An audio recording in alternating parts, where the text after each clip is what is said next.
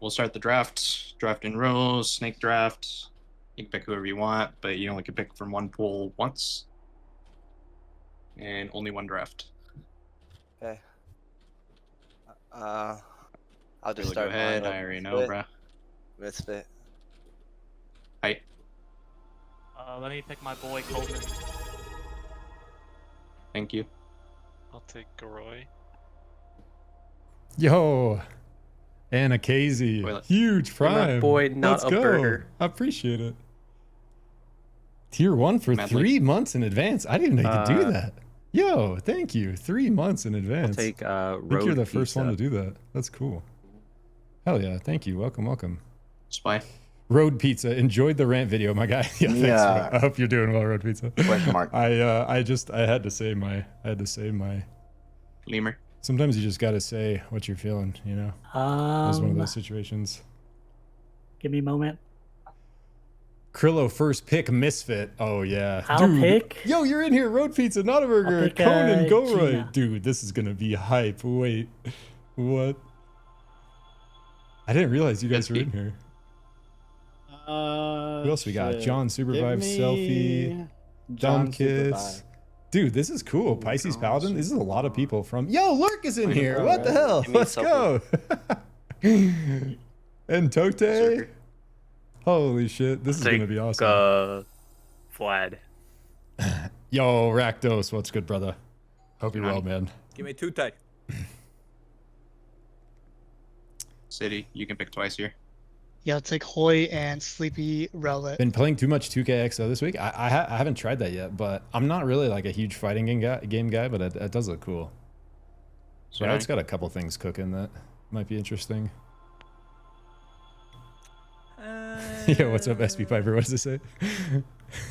There's a pick that No makes more tur sense wins. for my comp. Hashtag Fucking spy give me Lurk. lose.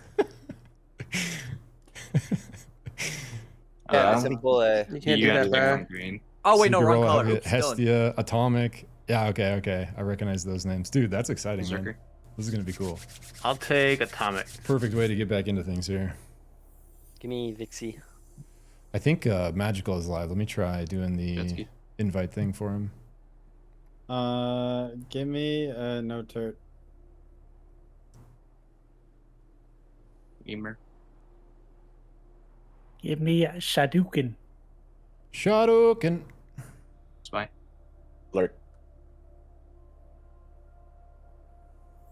Wait, that was the Lurk Madly. pickup? Who got him? Spy? Question mark and Lurk on Hestia. Spy team? Let's go. There. Yes. Give me Dumbkiss. Thank you. Toilet Not a Burger, Dumb Kiss? That's a scary team, bro. Madly Road Pizza Hestia? That's a good one, too. Dude, this is going to be fun. Who did Lemur get? Gina and Shadoken? I know remember. Gina. I don't know That's what you guys Shadoken. One voice, right? Oh yeah. Wait, Heights These are team guys' is Conan teams. Dweeble? If you Wait, can reach Wait, out what's to your that players. last some of these name? teams are kind of cracked. What's that bro. last name? Incomplete. Incomplete. I got you. Good luck, guys. Good Completing my luck. team for Good luck. today. Good luck. See y'all soon. Good luck. Let me know if you Where, need where anything. can I find this Good luck, guy? guys. Good luck. If you can't find your player, just let me know. Then I'll contact. Can you put you in contact? So Magical Jang pinged us, but in event general, we have a couple team names where people actually they didn't all do it, but some of them actually spelled out their team name if we want to use the full thing instead of the acronym. So we got. Do they have it at least easy to read? Sometimes they post that. And it's like each person saying it. It's not the worst. It's not the best, but it's workable. Okay. It is workable. Yes. We'll get it. Let's put that there. Go. Team 12 LMC is last minute captain. City stepping in for Kenneth. It looks like. Let's go. All right. Sweet. Let's go, baby. We're out here. Dude, I need emotes as a spectator, bro. This is tragic that I can't set these that would up. be so nice. Oh, we start off with unstable portals as well for game 1. Let's go. Cone shape 2. Look at this. Weird drop for us to start off our draft tournament today. And seeing where the golds are, it's all Dawn Cap, not anywhere else. One of the biggest mysteries that remains in SUPERVIVE is what is a plane cone?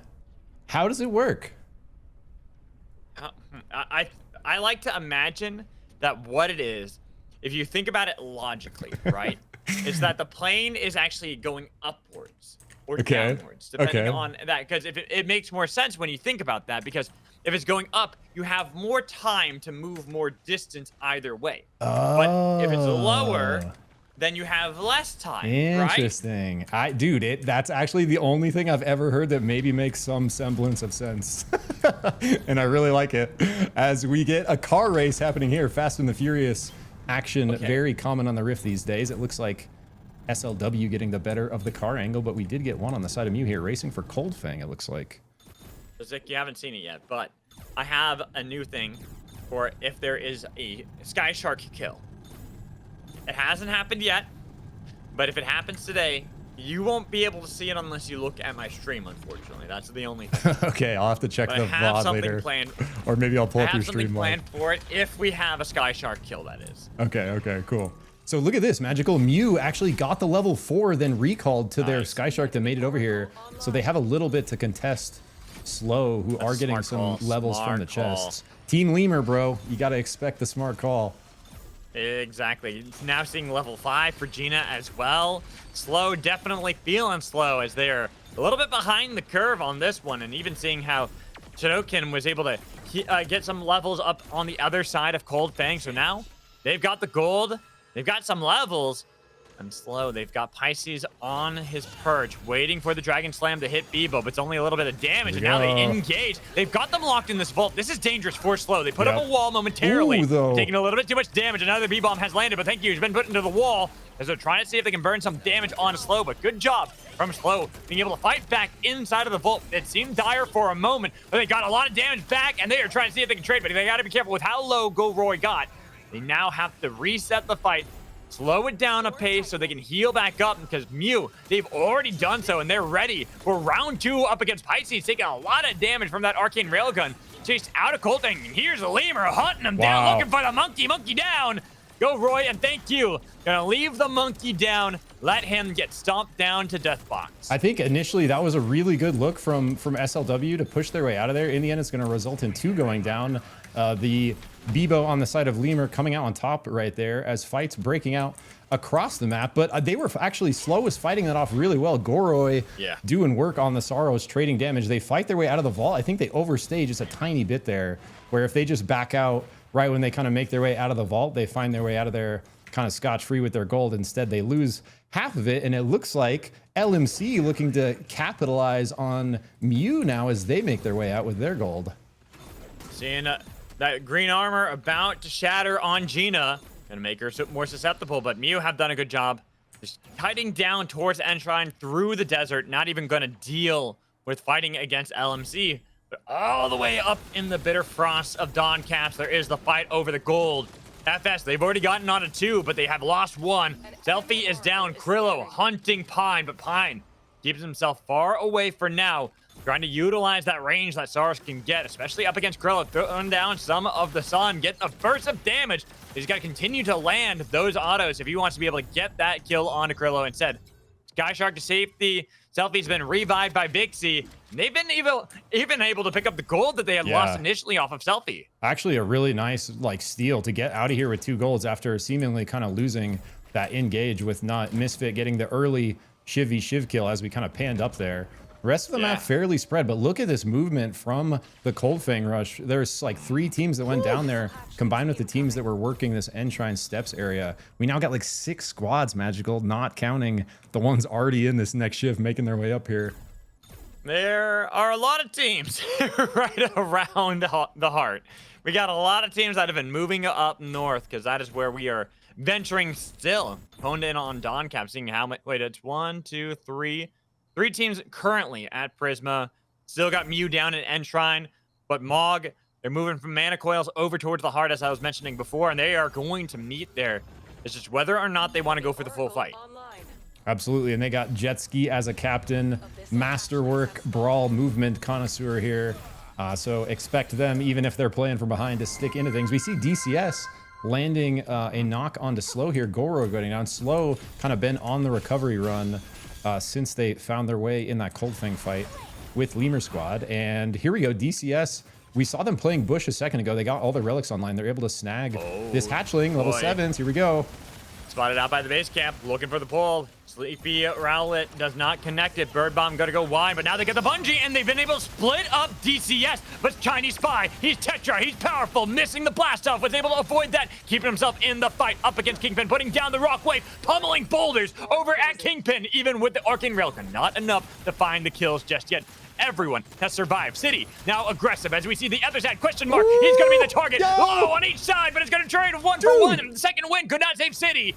DCS, they end up winning that fight. It's only one remaining for LMC, and now they're trying to fight back, and he does so beautifully. It is going to be a revive on a Sleepy Rowlet. City will die, but they should be able to get the Deathbox revive. Yo, so this is our fill-in Captain City, and, you know, kind of just picking up what he can here. And look at this, like, beautiful fight. Hoy turns it around. Last member left, not afraid, just goes right back in, finds the punch, connects it, gets the res. Now they're up numbers, greeting a little bit for this Guardian here as DCS get the res. Got to be careful with them back at full force. We see squads collapsing on each other across the map. Potential engagement between Slow and Dab, as well as up here. It looks like Nut running down ATS a little bit. Are they running him down just yet, or are they just kind of waiting for that moment to actually attack? ATS successfully kiting backwards, not even going for an engagement against Nut. Realizing with the gold armor it's going to be dangerous, but over in Bane Grove, we do see the fight. Madly's going to be the target with the Vessel Breaker. They turn it around 1 for 1. John should be revived. They've already been able to pick him up instantaneously, and now they're chasing down FRK into 2 different directions, but Dab, the fact that they show up actually make it a little bit easier for them to try to escape. Road Pizza sadly could not get away from Dumbkiss. Dumbkiss finds the dunk onto Road Pizza there. They are going to be okay with Hestia for at least a little bit in this bush, but has to be so careful. Doesn't see him on high ground. Tragic for Hestia. Face checks Dark Vision with the whole team up there. And finds another one. No, not another dunk for Dumbkiss. Our first team eliminated.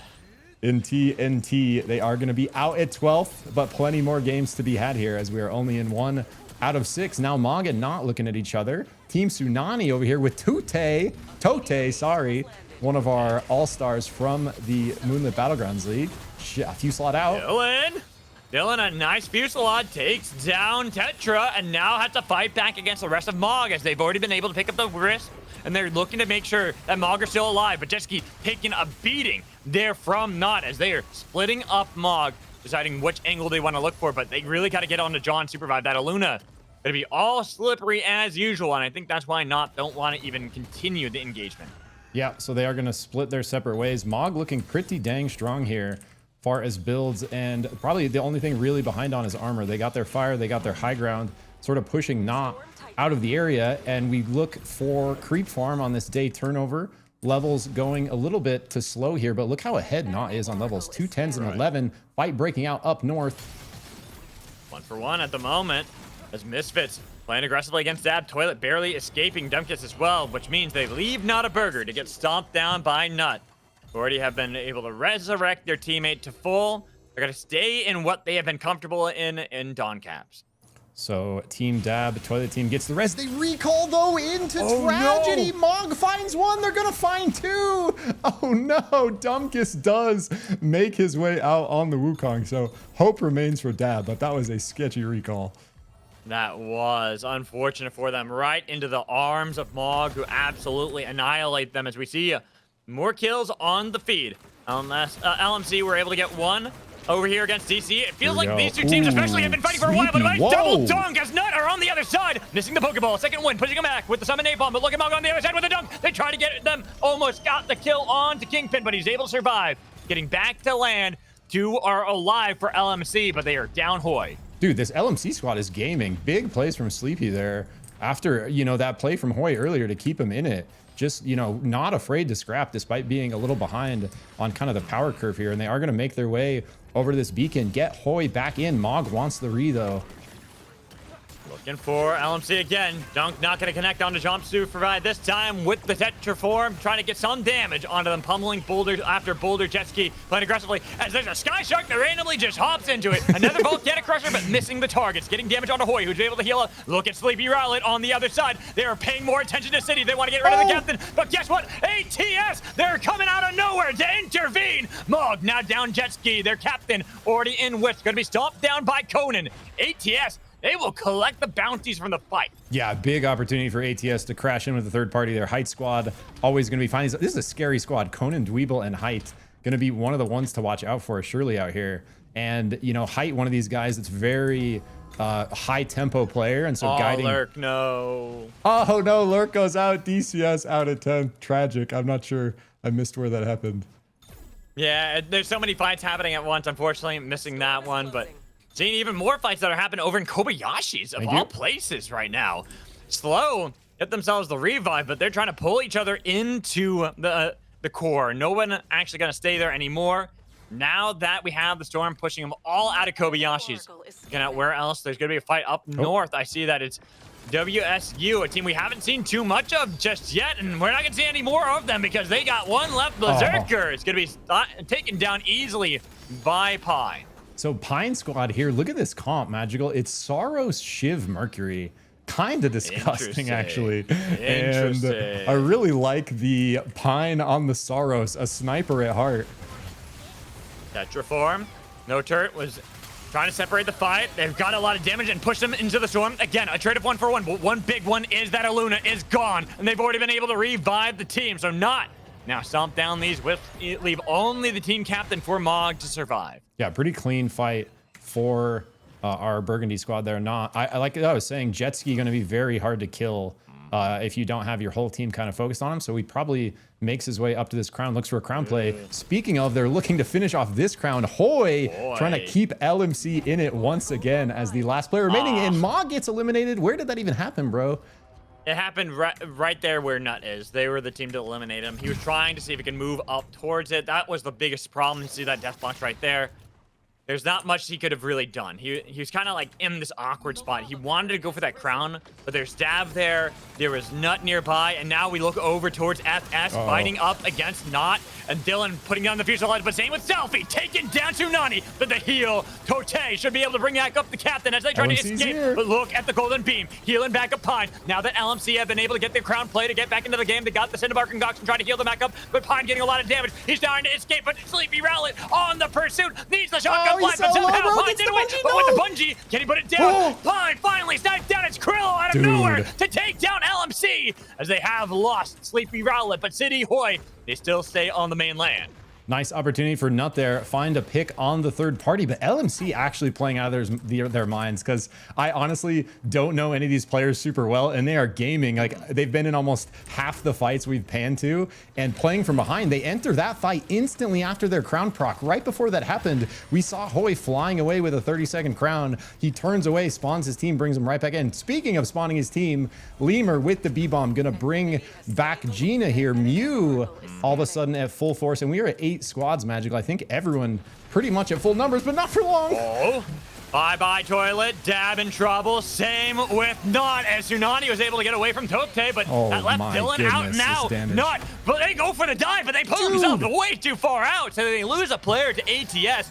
A lot of teams down a player here or there. We see the Toilet gone for Dabbit and separated from Dumbkiss. It's not a burger. It's now the push onto Nut into Dawncaps. This has been Nut's territory this entire time. ATS want to see if they can take that away, but Dab, they are all broken apart, and it's not looking good.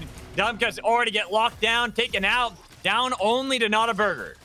Uh-oh, and it is not a fun place to be as the final jewel here, trying to just shift away from this carbine, but literally nowhere to go there for Not a Burger. Squads in every direction, going to get eliminated at 7th there, and Nut causing a lot of violence. That play in for Misfit looked like he maybe thought he had a dagger back and like stunned out of it, but they instantly get the res answer. And speaking of a res, Hoy looking for his 3rd team revive here, Magical, with another crown in play.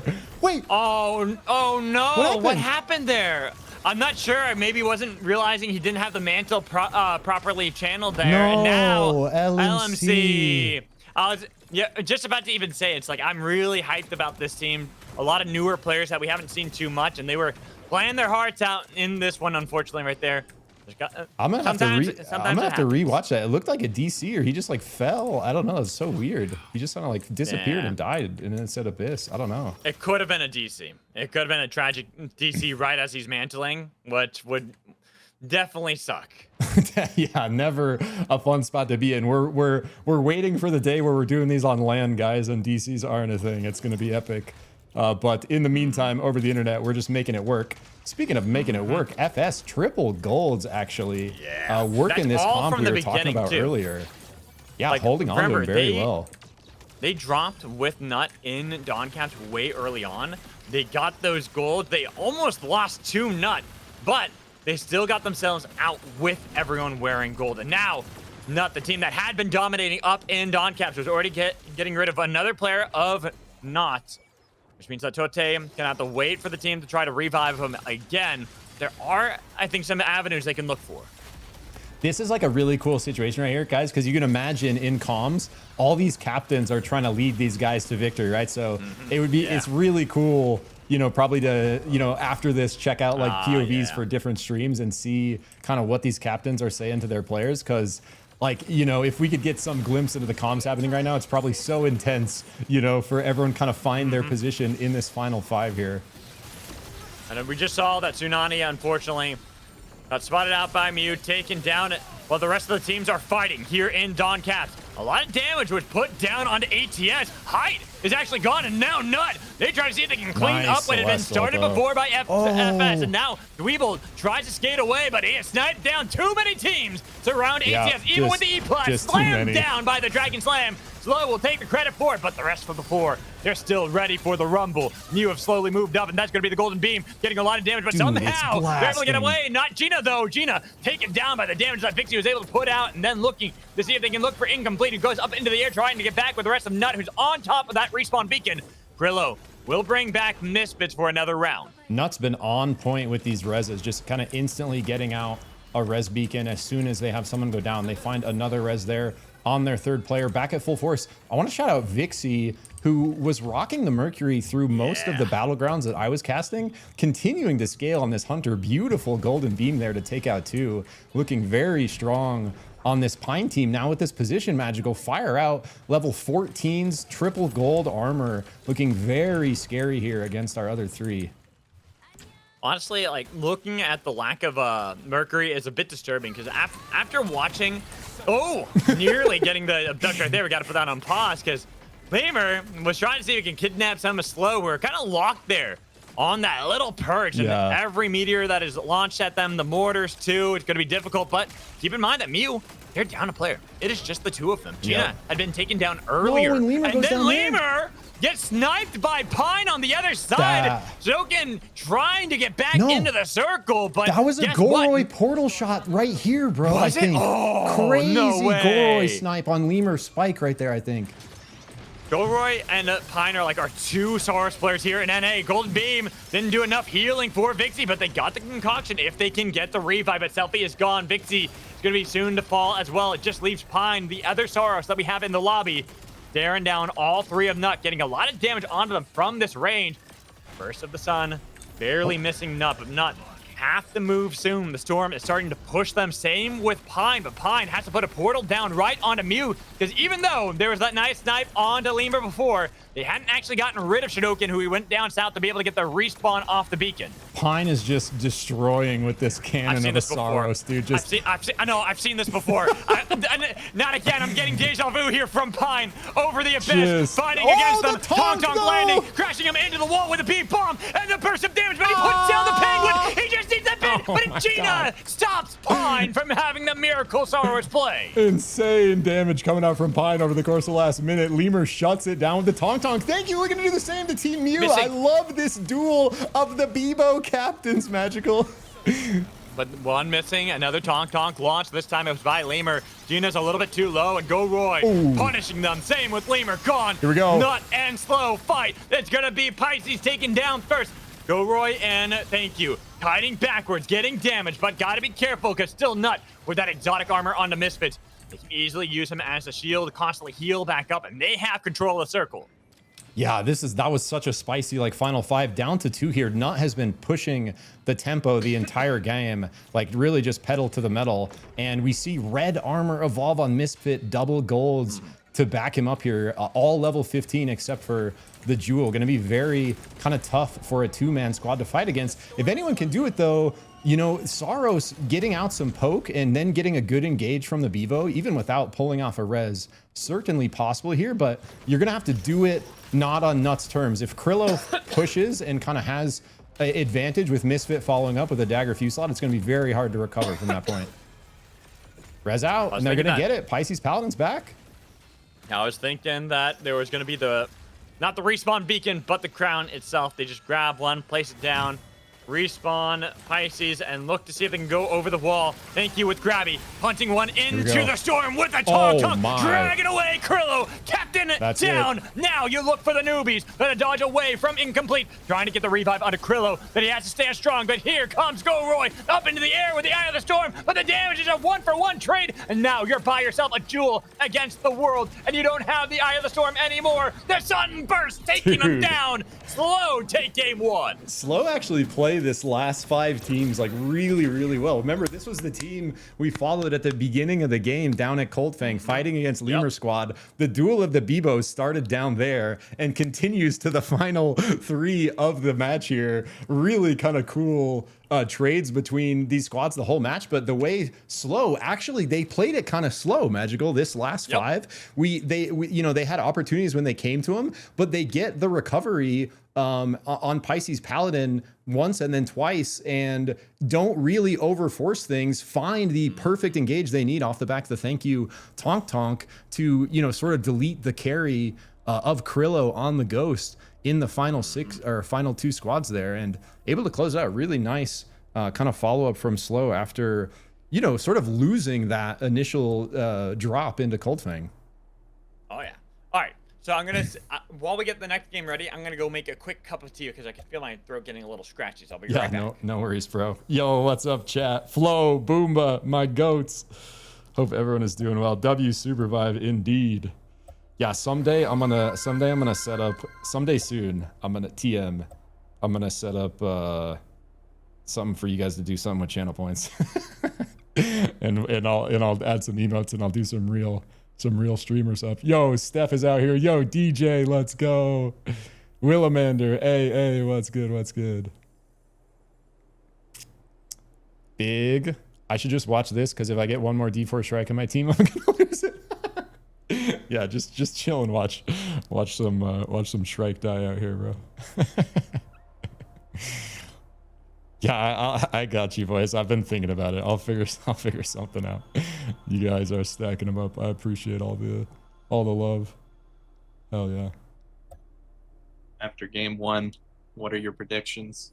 Dude, what do you think? This because City is a sub captain, right? For Kenneth? No, Kenneth didn't sign up. Somebody Ham dropped out last minute. Oh, Ham dropped out last minute. Gotcha. This team is impressing me, bro. I thought LMC fought really well that whole game. Hoy, City, Sleepy. How long have they been around? Because I recognize their name, but I can't point to like where. Holy bro, Paranoid Droid. What is that? 10 gifted. You guys are crazy, bro. Thank you so much. Wait, and so many people got it that are homies in the chat. Road Pizza Fam, Boomba. Let's go, Conan. Hell yeah. Yo, really appreciate it, Paranoid Droid. Thank you. City's been around for a while. He's just been an arena player. Gotcha. Prior to 1.0. Gotcha. I usually, if someone's like a main arena player, I usually don't run into him too much because I whenever I have time to play, I'm usually playing VR. How you been, bro? I haven't talked to you in a minute. Been good. Scrambled quite a bit for this event. So many people didn't reply or dropped out. That is the life of the TO. Not easy, no glory, but the events run, and that's what matters. Yo, shout out Dill and everyone organizing this whole thing. Like you just said, fill in the gaps when people don't show up. It is a stressful job, not easy, and without him, the events like this don't happen. So big shout out Dylan and everyone else that's been TOing for us over these, Like, I mean, you've been doing it a long time now, bro. You and Jang have been really carrying the Bro, it's been over a year, bro. Yeah, There we go. it's crazy, actually. You good, Magical? I'm good. Sorry, I was just getting some tea really quick with some honey. I got it Yeah, no problem. all ready. Okay, we're starting. Let's go. Sounds perfect. Also, dude, 10 gifted subs. Let's go. I know, Paranoid Droid just popping off. Hell yeah. Love to see it. Love to see it. So Conan says Ham was sub for Phenom and City sub for Ham. Oh, I see. Thanks for the update, Conan. I see. Yeah, I don't know much of City, so That's what I was just asking Dylan. He says he's mainly an arena player. He's been around, but he's mainly an arena player, which is probably why I don't know of him, and probably you haven't. Like, I recognize the name, but I can't place where I've seen it or what. Right. It's like it sounds familiar, but like I wasn't exactly sure if I've seen them that much. Wait, I like how Dylan just shifted his IGN to the dictator. I love it. Amazing. Beautiful. Absolutely beautiful. Oh, hi. Someone's City participate in like the first couple arena tournaments, the few big ones. That's probably where you recognize it Gotcha. from. That actually sounds familiar. So I have a dog that I'm babysitting right now. You see on the I feel like screen. you're always babysitting that dog. Bro. I ain't gonna lie to you. Yeah, we've been babysitting this dog a lot, and she's sweet. She was just kind of like jumping on me just now. She wanted attention, so giving her some attention. People can see the dog too. You need spectator emotes, bro. You know, Rick, I didn't realize you couldn't emote, man. It's crazy. It's rigged. Yeah. It is rigged. I hope that's way down on the prior list, though, but someday. There we go. Alrighty. Here we go. Game 2. Look at loading this. up Cold onto the breach Fang and- Golds. Let's go. Magical Wow, 4 1, out. 2, 3, 4. Count them with me, because here we go. They're all going right for the fight. Oh my goodness. Nut actually really nice landing my to God. snipe some XP. Looks like FS just committing for the run here. Mew ahead of the Same run. with Mew. They got all the Sky Sharks. Oh, Pine, he jumped on one, so he actually is going to get some damage onto Gina. Gina is going to be forced to be defended by Lemur, but that's enough. That's gotten rid of Pine and has given Mew the angle inside of Cold Fang. But keep in mind, as you talked about, recalls. Nut had a really good drop where they were able to get the level. So they already have 2 at 3. It's only Shadouken who is at level 3 for Mew right now. Lemur only now hitting level 2. Dude, yeah, and really nice moves from Nut after they snipe that XP to stay behind, get a little more than recall to Krillo, who finds his way over. I think we do have 3 here still, 1 still after Oh our my ATS shows up to the north. Height Squad, I think coming in from another angle there. Yeah. About to get spicy they were in the here.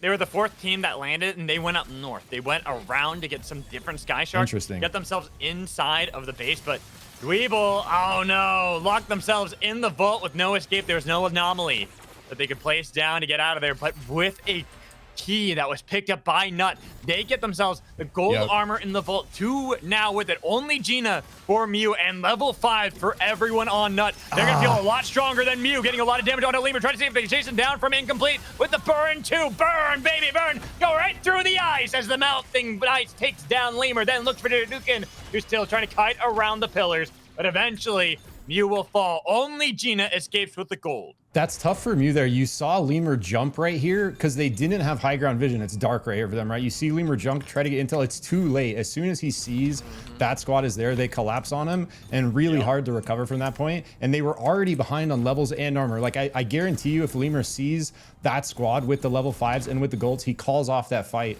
before they even engage. It's just a situation where Nut had the high ground and were able to really capitalize on that vision advantage. And gonna work out really well for him. Finding 2 kill points through, gonna put Mew really on the back foot. This is a spot where you can run and have a lot of space magical, but there's just nothing down here, bro. No. Zoom out. Look at that. What? See who I see from Nut on the other sides of Catacomb. Normally, you could have just gone for the Catacomb revive, but Krillo is already there with Misfits. They already have an angle. If they hear the respawn beacon, they know they can go straight to Catacombs, and that forces Gina away. Gina probably even just getting told by Lemur, like, it's not safe. They have every opportunity to leave Catacombs. They've already got the gold because they got a gold key. That's what made it so beneficial for Nut. That little RNG that they won out there gave them everything from the keep. And for those that don't know, gold key they weren't able to utilize it there. Better used right there immediately on the vault to secure the golds and fight it versus another team. But if you have control over Cold Fang, it's a special zone where if you find the gold key there, there's a gold chest there with armor. Yep. If you open the gold chest, there's another gold key in the gold chest. Height finding a spike onto Oathbreaker there. Hestia going down. But then you can use the second gold key to open the vault. And it's a Cold Fang kind of only thing that is one of these many niche little SUPERVIVE things that you can use to your advantage. I mean, smart call out there. Unfortunately for Lurk, having a hard time getting out of mana coils. DCS getting hunted by ATS, but then not showing up. Might have actually saved DCS's life because ATS were on the warpath. They were looking to chase that down, but the moment they noticed Grillo, they said it is not safe to chase into Chaos Steps. Yep, these two squads are two of our like W key captains right here. Krillo and Height, they are going in. They're going forward and they're creating violence. And we see it right there. Height squad ends up backing out, maybe looking for a re-engage. It looks like Hestia going to be in a rough spot there. Or that's Muse Oathbreaker trying to just make their way out. They are going to get cornered, but the rest of their team is around still. As Vixie on the run now from Nut. Yeah, Nut now having taken control of mana coils. Vixie kind of in an awkward spot. We saw that FS being the team that I think was the biggest loser of that fight. Ooh, all the way down in Cold Fang. That they were the one team that lost everyone outside of Pine, had to go all the way to Skyrash, run at level 1 to try to heal back up, and then another team that was struggling, probably the penultimate losers of the Cold Fang were Mew. Shadokun right there kind of showing us what happens when you're far behind and don't have the levels sandwiched between two teams that are already at level 6 or 7. Yeah, and this was them picking up the Wellspring res after they're coming up from the bottom of the catacombs there. So they get it, but they're still under a lot of pressure. We do see Lemur made his way out top, and they do recover there with the res. Potential violence over here as we saw Freaky looking at it. Now ATS, Height Squad. And look at that, right in the thick of it. Jetski was trying to get some damage, but Height is too strong at the moment. Gold armor goes dashing over the abyss, looking for no turret, but Road Pizza could intervene, decides that they don't want to, going back with the rest of the team, while Mog, they might have lost no turret. They have that respawn beacon, should be back up full. They're going to be okay. We come into the day 2 turnover here. Level 9 creeps on the map. Right at this moment, you're going to see a lot of teams turn in position around camp. Smart teams doing it ahead of time. Couple kind of have their own islands they are farming up. Couple contested, though. We do see Underrot contested here. Mog getting a kill through to get the level 8s. Now FRK really far behind. Magical level 6. Madly. I know you wanted to steal the farm away, get the resets, but you were playing a 50-50 gamble. Probably even less than that because you're dealing with Tetra, with Volcanic Crusher. If you don't get that reset, you get crushed, dunked, and you are an easy target. It's that Jewel ego, bro. It's like, I can shift this. I can shift this. I win these. Well, if he gets the camp, yes. Exactly. He gets the camp, he goes gets down, for it. he's like, haha. It's the coin flip. It's the 50-50. Like I said, it's less than that, though, because it's 1 versus 3. So you're really at a 25%. It's 25 but he's to Jewel, 75. bro. But he's Jewel and he's Madly. We consider that into your numbers. Yeah, I'll give it a 30 then, a 30-70. It gets a little bit of a plus, but it's still not good enough. Okay, that's fair. Coming up to a potential 3-way fight, we got Dab, Not, and SWU looking at each other. Berserker squad here. Dumbkiss finds the recall. Toilet Big Nade! Nice Vortex Charm into the Pokeball stun, and now Dweeble with the Dragon Slam, but great Abyssal Breaker from Berserker, split up the fight. Yeah, good allowing WSU to kite backward into the jet stream and escape. Sometimes it's just even the threat of that ability and or just throwing it out like that as a defensive so people can't move through it, buying the team the space they need to get away. Mog not having much space here. Tetra. Not looking good. Already put down the Tetra form. Trying to see if they can break him with the boulders. It's going to be up to John SUPERVIVE to take down Height. Need support. Now they've got Mog. They've got Jetski here, pulling the trigger, but stun right into the wall. They're trying to see if they can deny. Nice kill onto the Wisp. Not going to let that happen. ATS down to only Conan over the abyss. Does John SUPERVIVE? Battle Bunny Aluna onto the tracks, up against Conan. Needs to land that route, anything. But the Battle Bunny is the battler for a reason. Chasing into the wells and taking down ATS. Dude, nice fight there. They are going to take out Height Squad. That jet ski follow-up ults the Wisp. after the late engage there really gives them the tempo they need to finish. I think that was about to turn the other way if they got the height res through. Here, though, Magical, four squads positioning around our freaking combustion. That's... Wait, there's two here. There's combustion, and then there's also another boss right above it. Look at What that. in the hell? It's literally right on top of each other. Yeah, that's what I'm saying. So it's we got Corrosion our and corrosion combustion. and Dude, combustion. whoever gets these, if you Wow. get both of these, you're going to just be destroying this lobby. 1, 2, 3, 4, 5, 6. 6 teams are all nearby. These two are even close that they can intervene, but they'd rather fight with one another, getting a little bit of damage. Slow, the victors from game 1, try to fight back against the team that had been willing to rumble with them all throughout it. This is the team. They've got to be the people's heroes, because this is the team that is surprising everyone as they're beating back the monkey up on the perch with the Dragon Slam, but no health remaining in that bar. Pisces trying to escape, but there is no escape from redemption as LMC take down 2. Remember, guys, this is the squad that was fighting out of their minds till that weird DC happened with Hoy, who just kind of died. They're the people's champions. I'm dubbing them the I people's love it, champions. dude, because they just took out our first place squad from last game in a clean 3v3. Speaking of 3v3s, another one going down over here. Dumbkiss finds the second kill. It's just going to be Selfie left for FS. Well, Vixie actually is still alive on another side. Might be able to escape. No, I was thinking maybe they had the Cinnabar concoction that could have, cocktail, I mean, that could have gotten them the revive with the contingency plan, but sadly didn't have that. Now, it is only Selfie, as you mentioned. It is just this Shiv having to fight up against Dab. We're chasing him all the way back out of Ion Acres and right over the reformed Slow, who look to see if they can get the kill on a Selfie, go for the fight, but they've split up now. It is going to be dangerous, even with the Talk getting a lot of damage on a Selfie. Selfie finally taken down by Thank You. Selfie doing a really good job there, trying to pull them into that other team, landing enough shifts to kite their way out, almost making it happen, is going to get found out by the Thank You Bebo. And that was Slow recovering from this fight with LMC over here. So I think getting a train res, finding their way on this side of the map. Now we have the squads that were positioning around these souls. One goes down, Magical, but the other one's still in the soul storm here. So Combustion picked up, but Corrosion left behind. Which means teams got to wait if they want to grab that DCS. See it not get a bit of damage on Tote, forcing him backwards, but we did see there's a potential fight between Mog and FRK happening on other sides and other parts. Natalie's down 2, it's just the one remaining. Can Road Pizza get out of here? I've seen them pull off some crazy plays here on Bishop, but in Vane Grove, all 3 still alive. One of them being a brawl. It is going to be difficult to do so, and that's why Road Pizza completely bailing from it. I've low-key loved watching Road Pizza stick. Oh my god, and DCS gets crunched there by Not right as we pan over. This was the fight I was hovering around a second ago before we panned up. Not just finds some Wombo engage, deletes 3 almost instantly right there. The 3 gone, another team out. LMC. Sleepy Rowlet's been split off from the rest of the team. I was wondering exactly where they were, but Mew, they're just going to be able to farm up some of this. There we go. Get rid of the healing one so they can actually get rid of the camp.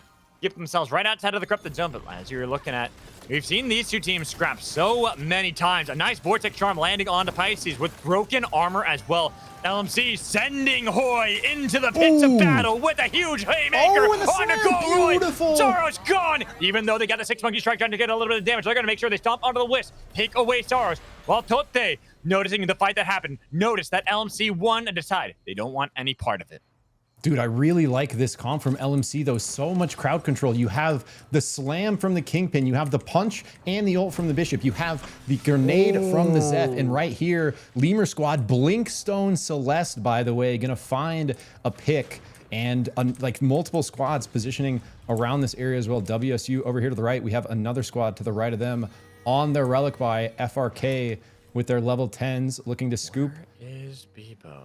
There's only one left for Slow, and that is the lone Bebo, who actually was able to get a kill on the nut of all things, and now Mew into the outpost with a huge engage. They put down the chilling finale. That outpost is theirs as WSU. They pinch, they make sure they're gonna punish FRK. Hestia taking a lot of damage into the jet stream, waiting for the spin dash into the ring, so try not to overheat. Lemur is in pursuit, saying, I don't want you, WSU. I want to take out a team, but that leaves Gina with Shadouken the fight against WSU. They find it despite it, taking down this, and now Lemur has rejoined with the team. Atomic is on the other side, double dash back, but guess what? Jokin's already there. You're overheating, Krista, even with a salvo. You're falling yourself spiraling down below. Mew actually fighting that out really well, and wasn't even like Lemur was on the run. It was the other two teammates turning that fight in the kind of 2v2 as we saw one member chasing Lemur down. Really nice kind of recovery on the fight. Sleepy Rally for LMC going down. They are going to just have City left on the Zeft. Already has a crown in play here. Going to be a minute 15 left. But look, team on the left, team on the right has a decent bit of space. Maybe going to look to sneak a heart res off of the timing here. Might be able to. I think they've got it. So they've already gotten on the heart, but there's Sorte. There's not. They know he's there. He has to go around the corrupted zone, taking a little bit of damage for it. But now, through all these teams ready to rumble, thank you. He's revived slow, looking for another battle up against Mew with a double tonk, but not enough damage. It's going to be the slam coming in from Pisces, getting to the back. And now Misfits trying to clean up with the Fusillade, but Mog, they intervene. They've taken down 2 of Mew. While slow, they still have 1. Thank you. Tries to take down City, jumping with the anomaly. City missing the vortex charm. That's a super deep. Nice anomaly trying to shift away, but he's been punched into the wall, and slow, we're back up. Thank you. Dragging back slow over and over again while Nut fight with Mog. They've already got Jet Ski out of the fight. Summon Napalm burning through Tetra's health bar. No turn is going to be the casualty they find first. Looking for John SUPERVIVE, who's been able to kite up north. Well, thank you. Lost the 2 teammates that he'd already respawned. This is just so hectic. We see Mew forcing the heart res with 3 squads nearby. Berserker looking to follow up and do the same thing, but wanting to not get spotted, wait for teams to move away from the heart. There's so many teams around here posturing for position as we close in. I love these final heart circles. Big movement from Thank you. Last member left on slow, not moving slow at all there. Gets the slingshot tech out. Now a little room to breathe here, Magical, as we might get a chance. I feel like there's no room to breathe. Yeah, there it's still here, bro. Corrosion with Bubba is here. Look at this. Look at this. There's so many teams. There are 8 teams all surrounding the heart. Does anyone have Air Blaster? They should be picking that up so they can see if they can put them into the heart, but it's going to be FRK fighting against Not, punching back onto Tsunami, but up in the air, madly already taken out of the eye of the storm, while Dab intervened. Third party found Tote, then Tsunami trying to punch back, but he's been pushed away. Even with hover wings, he's down. Not down to only 1, and then FRK lose Hestia. They lose their lives as Road Pizza was found out on that other side. Down another team, while Dylan, the last one remaining for Not, wanted to be able to revive the team. Has the heart if necessary, but Mog not going to make it easy. Even though you pick up the crown, it's going to do you nothing. Not Dylan gone. 2 teams are now out as Mog still have to fight against Dab with the Dragon Slam, finding them even with the Volcanic Crusher. They're healing back up. John has given the blessing to Mog to push back Dab despite the gold armor. They pushed him all the way back with so many boulders launched at Dab, keeping them at bay. Holy dude, what a series of fights there. And yeah, maybe it isn't even slowing down at all. Berserker squad, they do find this res somehow. We saw Berserker, last member left in the middle of everyone. Now they have a team on the left fighting with this wall. The wall actually doing them a huge favor. Has them locked in. Oh no, do they summon Napalm onto their position as well? Boulders launched at them, looking for the Dragon Slam. Pisces finds the easy target. Berserker's been split up from Nista, and they both get dunked at the same time as WSU are gone. But Dab, they enter into the fight from the heart. They've been positioning around it this entire time, Zick. Dude, and if this looks hectic to you up here, you and me and the viewers, it is so hectic out here actually playing.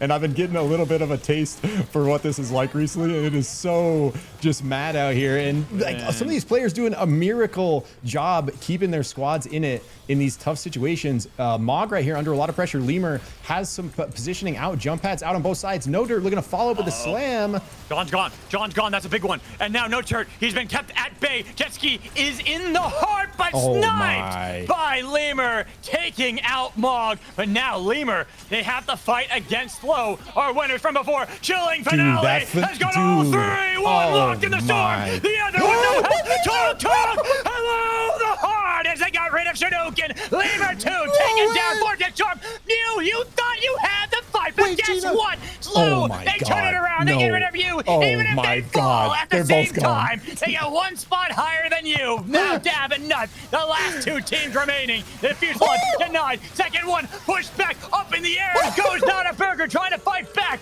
But now they've been separated. Huge Dragon Slam getting a lot of damage on and up Akrillo. But they're right back on a Dumpkins as they got Not a Burger. 1, 2, Kabloo. They blow up Misfits with a dash back in. Another surge away. Static has been built up, but Not a Burger has no health left. Has to surge away. But guess what? Dude. It was the Meteor Beast that took him down. This boss gauntlet here, Notiver cannot find his way out. Beautiful shifts from Jules on both sides, though. A super hectic series of events brings us to our final two, and it's just going to be Dumbkiss with Crown here against the full force of Nut. He is on the Wukong. He does have Abyss. He has a tiny bit of space to work with. The shift is coming his way, Magical, but going to be a very uphill battle. Really needs to find a dunk angle here.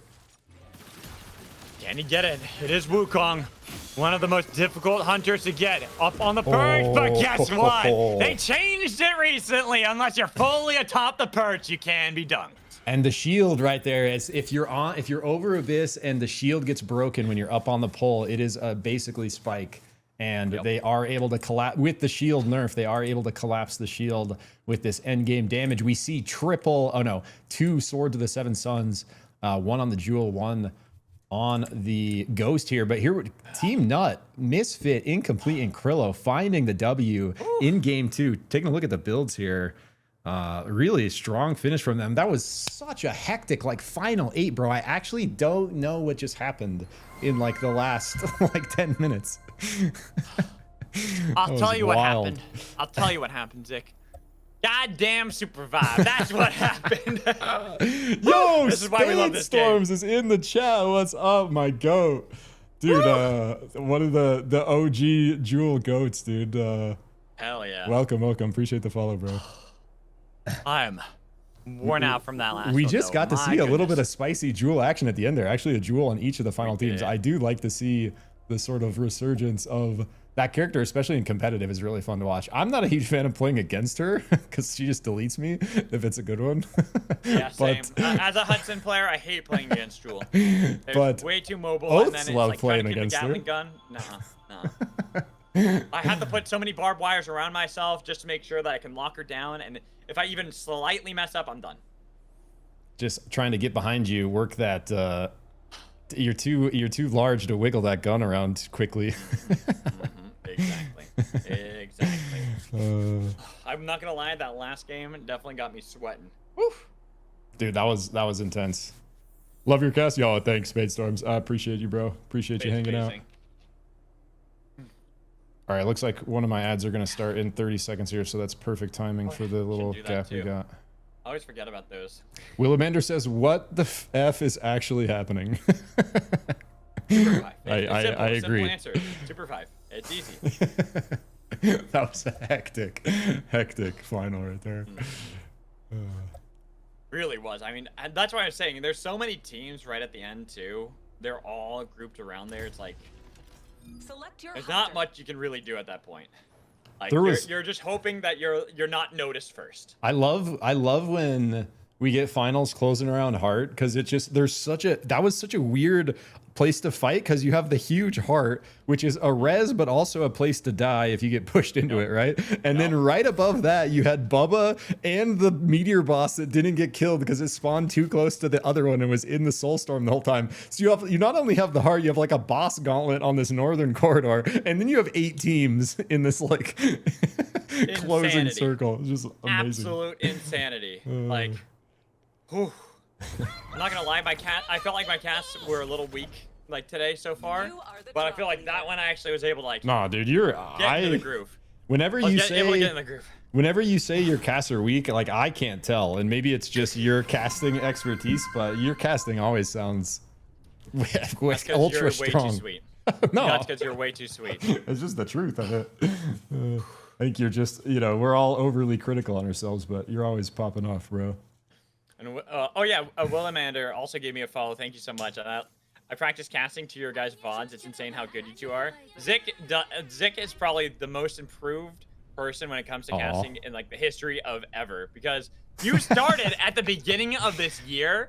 Like, it is insane Like- how far you've come in such a short amount of time. Like, I have never seen that kind of growth that fast. It's insane. I appreciate that, bro. I do have like, you know, talking experience because I did mechanical engineers and then I was selling industrial automation equipment. So I have kind of like that, a little of that like public speaking. But yeah, I had only ever. Bro, you got the entertainment. You got the voice. You're smart when it comes to it appreciate too. that, Well man. researched.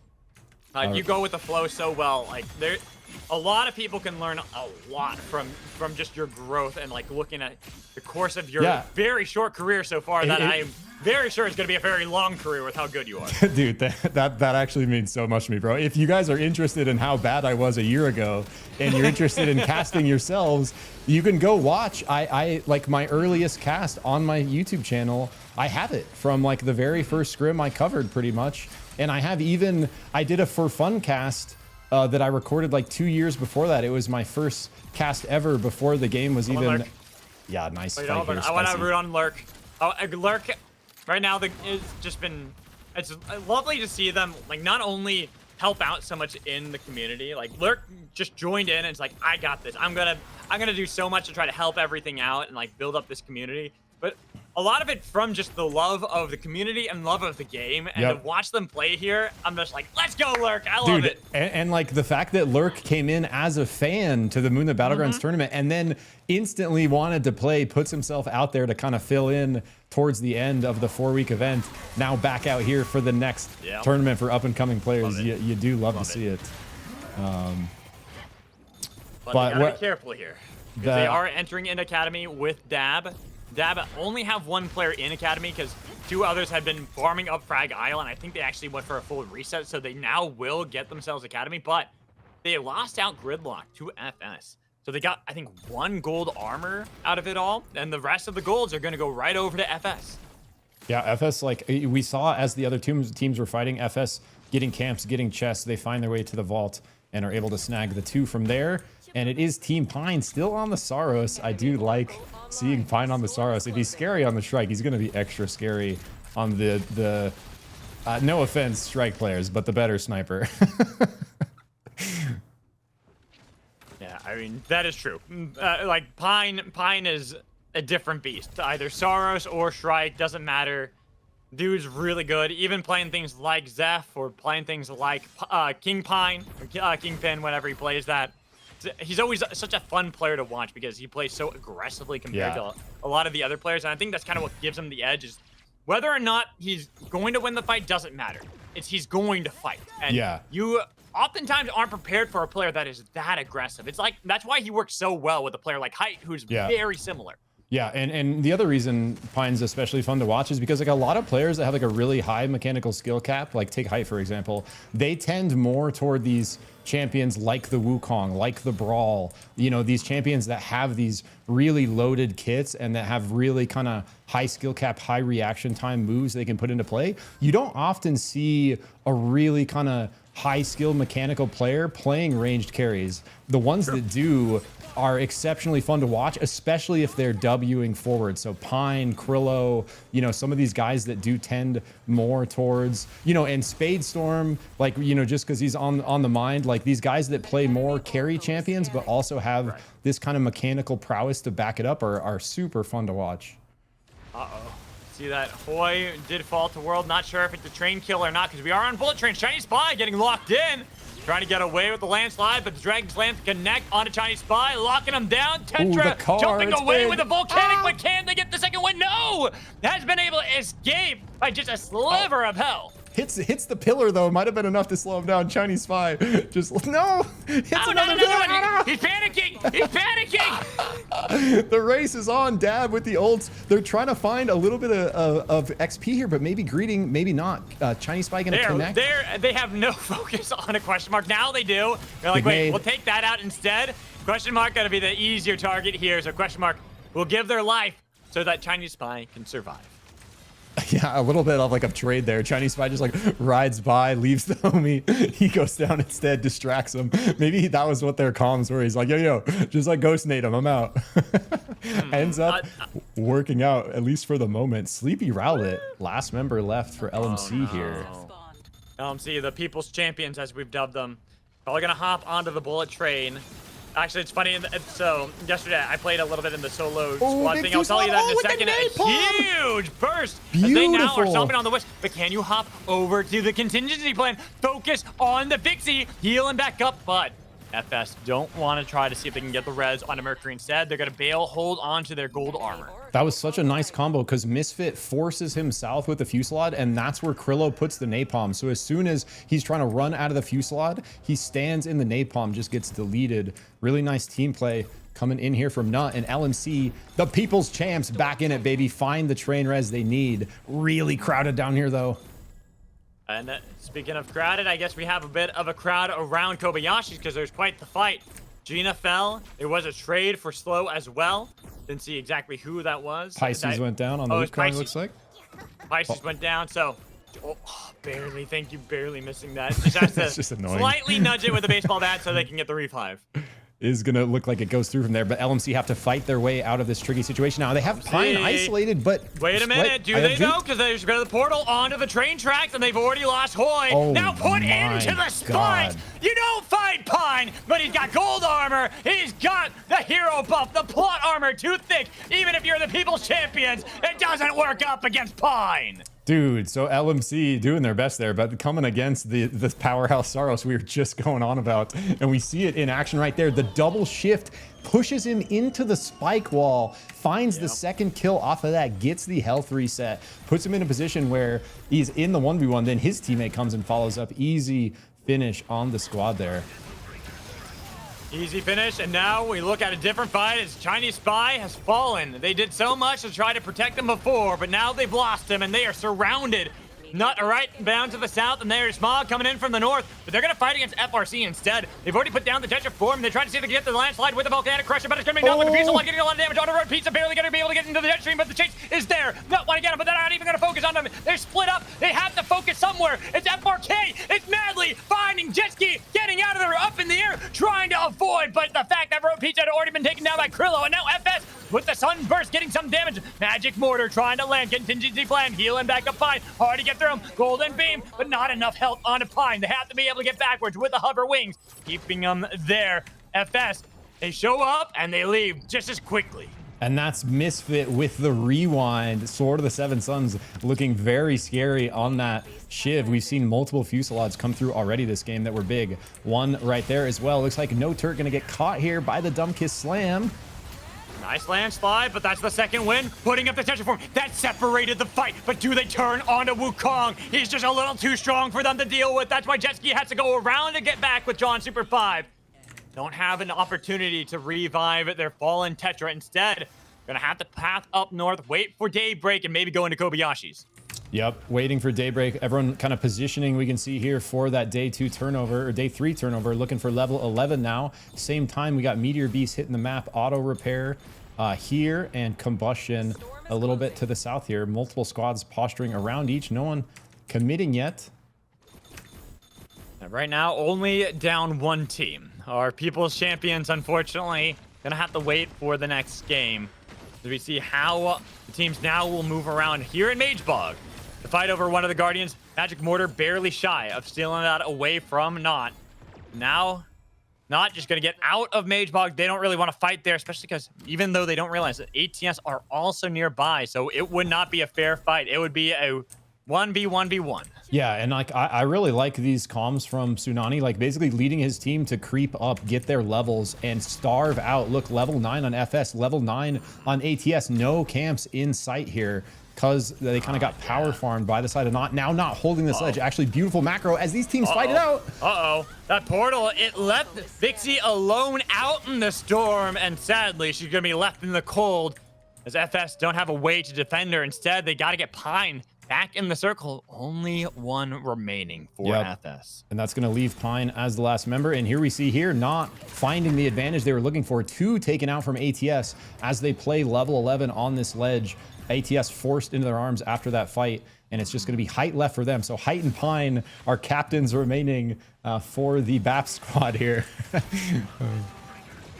Now Mew fight with FRK. Golden armor might help him out, especially for Hestia, but Madly missing the surge and now up in the air trying to avoid the chilling finale. Not going to lock down anybody from FRK. They go backwards, get onto that platform. They're going to survive. Oh my goodness. They've been able to go. Oh my goodness, is right here, Zik. One gone. That's Mog losing jet ski already. Two gone as No Turret is taken down as well. Only one remaining, but now Slow fighting up against Dab. Even though they've got a little bit of damage, they got to get the sunburst, and now they're trying to get onto Toilet, who's been able to get away.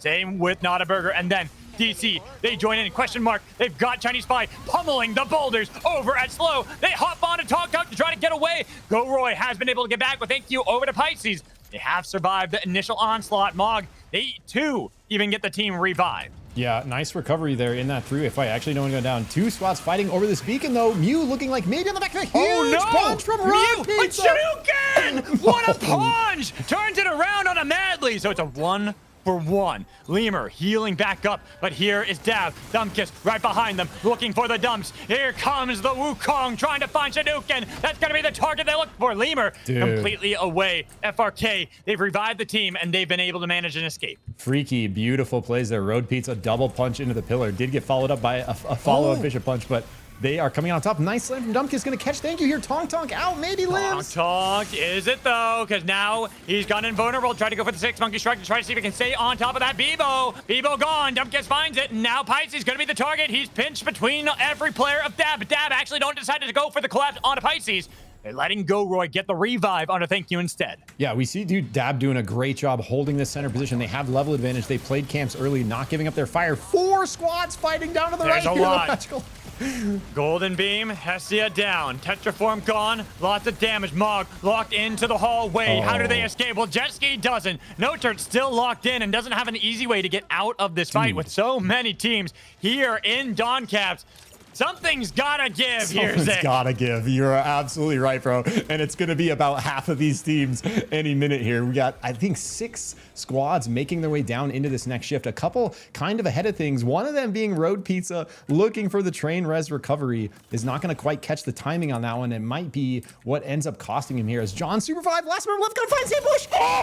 Finds him. Haymaker punch. No train to be able to push him into. John SUPERVIVE. The Battle Bunny tries to run Nut, but actually gets Nut right to Nut and forces 2 other teams to trade blows while the Bunny will manage their escape. And here's that train. Road Pizza hopping. Oh no, missed the timing. And now it's DCS who jump on a Road Pizza. This time though, instead of the Battle Bunny getting away, it's Road Pizza trying to get away. You have Blast Off, still had it in the chamber, so was able to use that, get back over to the jet stream, but not looking good at all for FRK.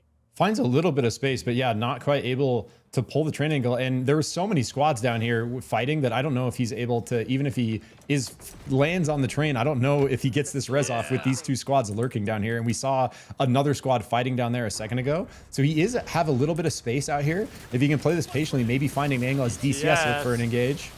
They used a lot from Dylan, getting a lot of damage on Lurk, but Lurk has managed their escape while Chinese Spy getting a lot of damage. It is going to be Tsunami chasing down Lurk, but then they got the kill onto Dylan for question mark. Chinese Spy picking up a crown, but even with the Volcanic Crushers enough. Road Pizza, he's hunting it! But he's stolen away! Not barely are able to get it, and here comes the train, delivering WSU down south. They don't want the fight, though. They notice there are too many teams, and they decide they're going to see if they can play it a little bit patiently. While Road Pizza has to hop back into the ring, back into the jet stream. Sees question mark, but no crown for either side. Not going to be too easy. While Slow fighting against FS here in the Dawn Caps. It's only Go Roy left, and without any health left on himself, my God. it's finally falling Slow. Dude, and here we go. John SUPERVIVE finally getting caught. One of our 3 last members left here, pinched between Dab and the ATS. Same time FS been fighting out of their minds the whole game since that Pine 1v3. Fuselot out from Nut here, taking out 1 member WSU 2. Berserker, last member left, finds a bush. The bush plays are not looking good so far though, Magical. Not yet, but sadly, when you're in this position, you have no other choices. DCS, they get the train revive. Berserker is in the bush, putting up the shield. He wanted to hop onto that train, but he had to hop away instead. Road Pizza right behind them, and we see how these 2 teams with only one player. Nice dunk from Dumbkiss. Finds Conan as he was trying to see if he can migrate with height, who now is the last one remaining. Notices Berserker. There are too many damn teams in bushes with one is way player too left. much. Dude, that's so funny. Look at these 3 last in bushes here. Road Pizza finds the trade, but the Tetra Slave from Volcanic Sky. Crusher. Oh, but this is can gonna he be actually rough. get the This is revive gonna be and rough. get? Yeah, this isn't good. There is the jet stream. They can hop into the rings, but can they actually survive once they get back into the circle? Does anyone even try to see if they can stop it? They have the island. They barely manage it. Dude, Road Pizza, huge plays. Finally gets the train res through after a lot of patience out here, and he was looking for multiple crown kills. Runs into at least 5 other last members left on other teams through his journey to find that res. 5 minutes later, he does finally get his team back. So Freaky still in it here. Let's freaking go. There are still 8 teams remaining right now, Zick. 2 of them only have 1 player, sure, but one of them is Height, and he is trying to fight back against DCS, but he has been caught out, has low health, and no way to really heal, instead taking the rings to try to get to the island. Well, we do see that Berserker finally spotted out. Madly tries to trade blows with Height, but Height back over the abyss, trying to bait him into his territory. Rings to get away, dodging away from the surge. How does he survive from that? Height is still alive. A question mark has noticed him, and he's pummeling him with damage, and now it's going to be the stray bullet from Tsunami that finally takes down Height. So he's working the brawl schmoves. He finds his way out of like the grips of 3 teams, but right in the middle of 2 more. Gets poked out once by both. It's enough to finish off the 10% HP brawl. But we do see Freaky, our squad that got that recovery res off the back of Road Pizza, back at full force, but not in Dab fighting it out here. Dab in the middle of FS. Look at looking so strong to the north here. Level 14s, red armor on Pine, double golds on the other members. And they have that Mercury Magical. They have that healing power to fall back on with this Mega House range comp. That's the thing about Mercury. Late game, so powerful of resetting these fights over and over again, because even if you're getting a little bit of damage, unless you can fully commit, it's not going to be enough. Speaking of fully commit, they're looking for the full commit on the toilet as he puts down the second wind. But this Zeph tries to hop on the wind to escape, but it is going to be into the wind rings and into the jet stream. He's going to have to hold on to that heat as long as possible. FRK, he tried to push over to Toilet, but that actually loses them their spot. Allows Toilet to dunk 1, taking him down, but now Krillo says, hello, Toilet. Projectron might land onto me, but there are 3 players still here for Nut with the fuse allowed, pumping out the damage onto Toilet to take him out. FRK barely holding on, but just Madly and Hestia as they have to reset their glider heat as well. Hestia might have to give up their life so that Madly can escape, because Nut, they are powerful right now. They've got gold armor. They got the exotic armor from Misfits. They're even sending over Incomplete to take down Hestia, leaving only Madly. Will not take out Lurk and DCS.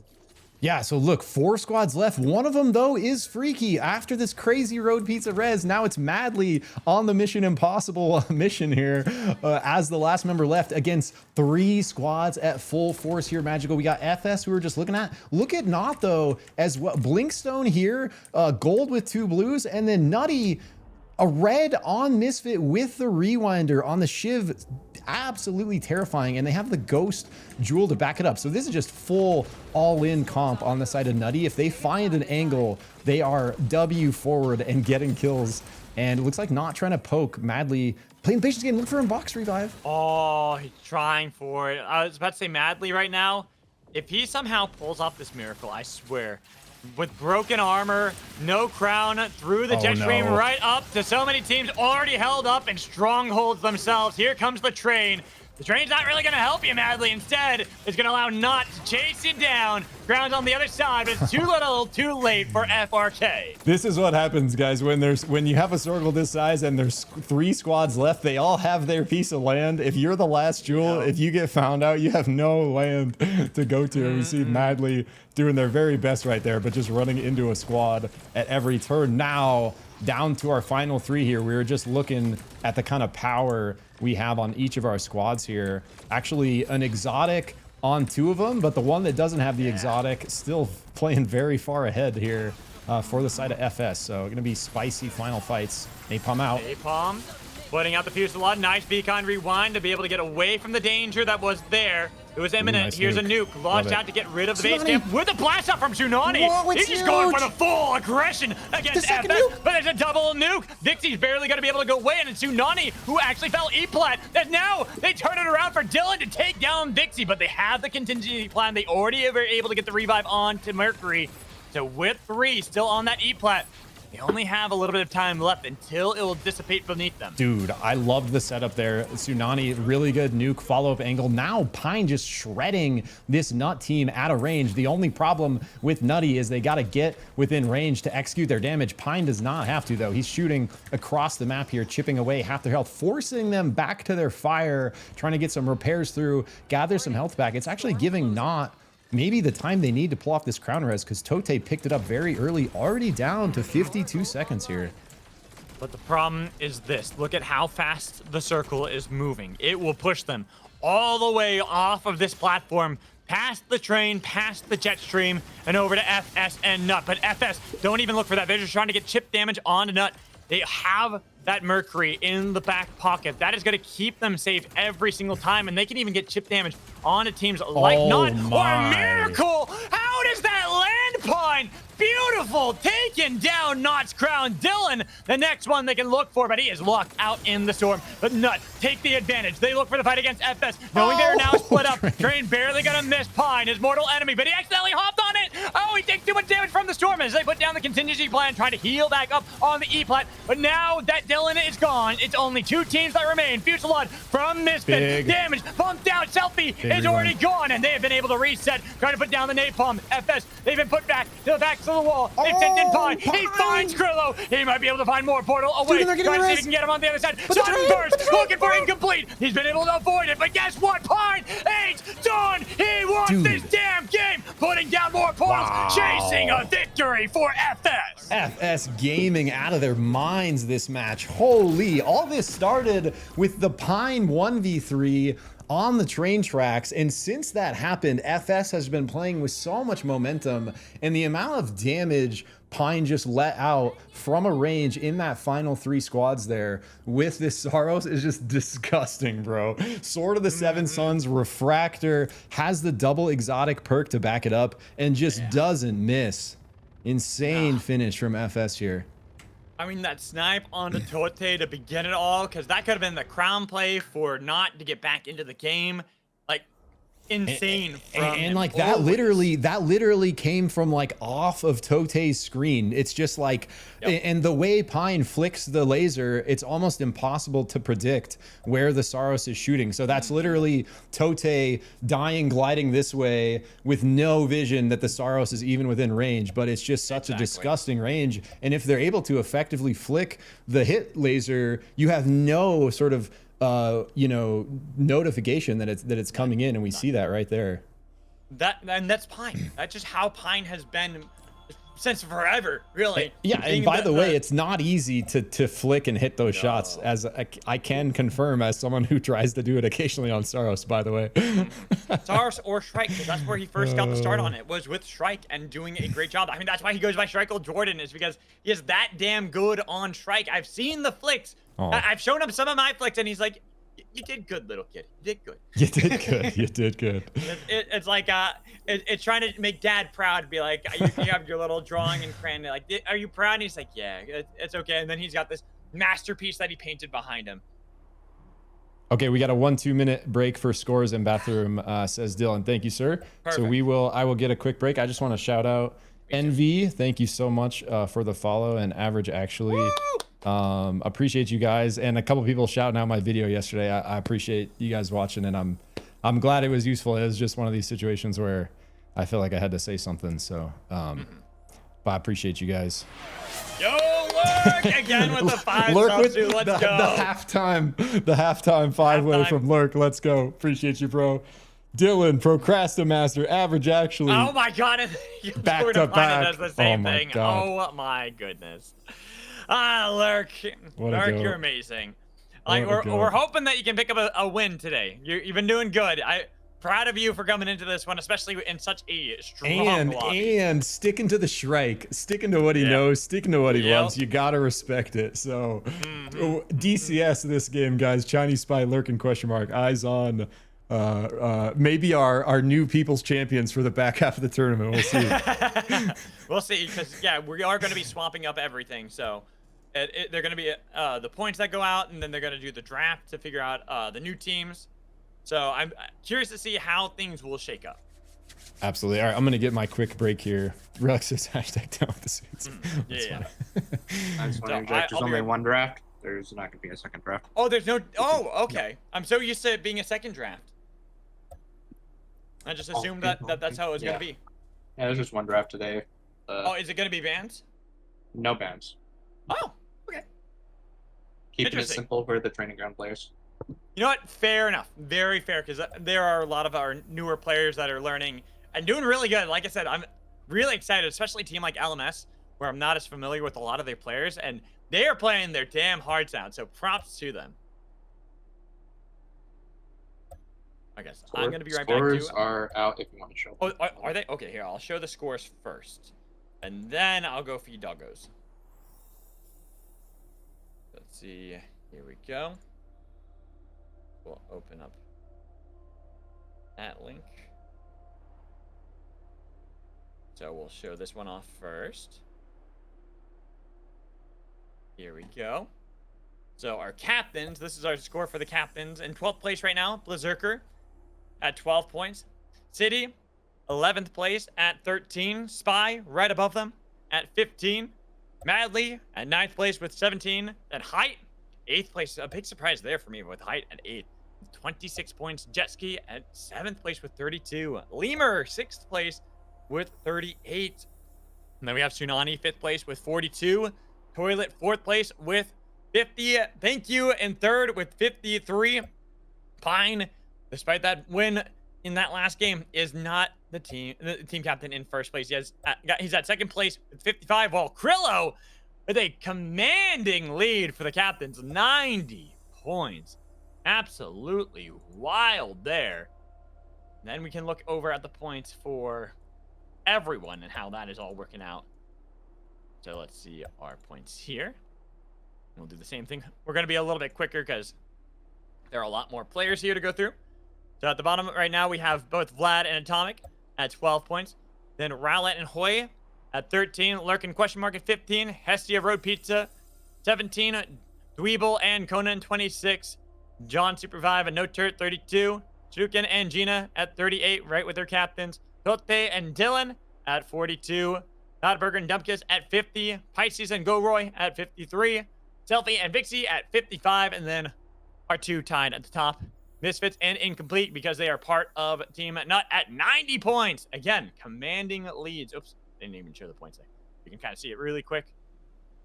Thought I moved over that. So there we go. So everyone can see how the points are looking. Whew. Alrighty. So now I'm going to take a quick little break, guys. I'll be right back. Just got to go feed doggos.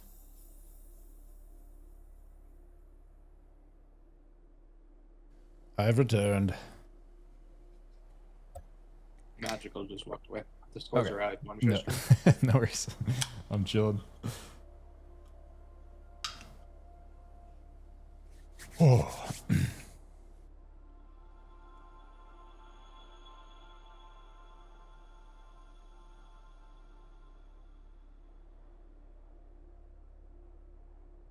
All right, we got the second half Red Bull correct. Ads in 10 seconds, guys. I'm just going to let him go so it doesn't pop during game. Lurk hooking everyone up with the gifteds, though. They're going to they're going to be able to stay and hang out as I tell this deep, dark secret that everyone in ads is going to miss. I don't have anything great for you guys. I'm sorry.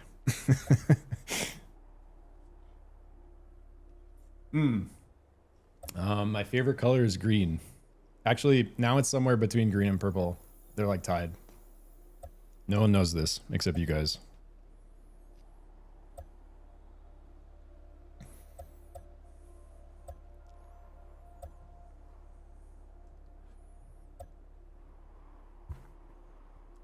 Yo, Pensato, what's up, bro?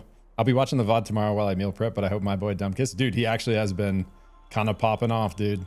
Not missing those slams. One of our players sticking with the woo.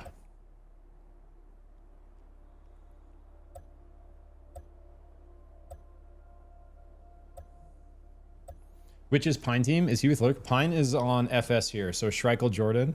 He is with Vixie and Selfie. Vixie's been playing the Mercury. Selfie has been on the Carbine, I think. They've had some other ranged carry, either Carbine or Ghost. But they've had like a pretty scary like ranged comp, and not like there's a couple Zephs in the lobby. I think Vixie the only Mercury in the lobby, and especially when you get to like end game, the power of that healing, like Magical was talking about last game, can really come in big here. So not only do they have some strong players, they got pretty strong comp to back it up. And Vixie has been playing the Mercury since I saw her for the first time in the Moonlit Battlegrounds training grounds like 3 weeks ago. So, and look, stunning Alchemist tagline. So committed. You love to see it. Selfie on Shiv. Thank you, DJ. I knew it was one of the gunners. Yeah, we've actually seen a couple of heated Shiv battles between our Shivs out here. Selfie, Misfit. We got a couple that are like hard trained on the Shiv angle. Road Pizza, I liked Freaky last game. Road Pizza kind of popping off on the Bishop. Gonna like finds that crazy res after so long as the last member left, and then puts them to a spot where they went from like 8th to 4th with that run. I think they would have gone out at 9th if Road Pizza dies when he maybe should have at the beginning there, but able to rank Freaky up with some big placement there.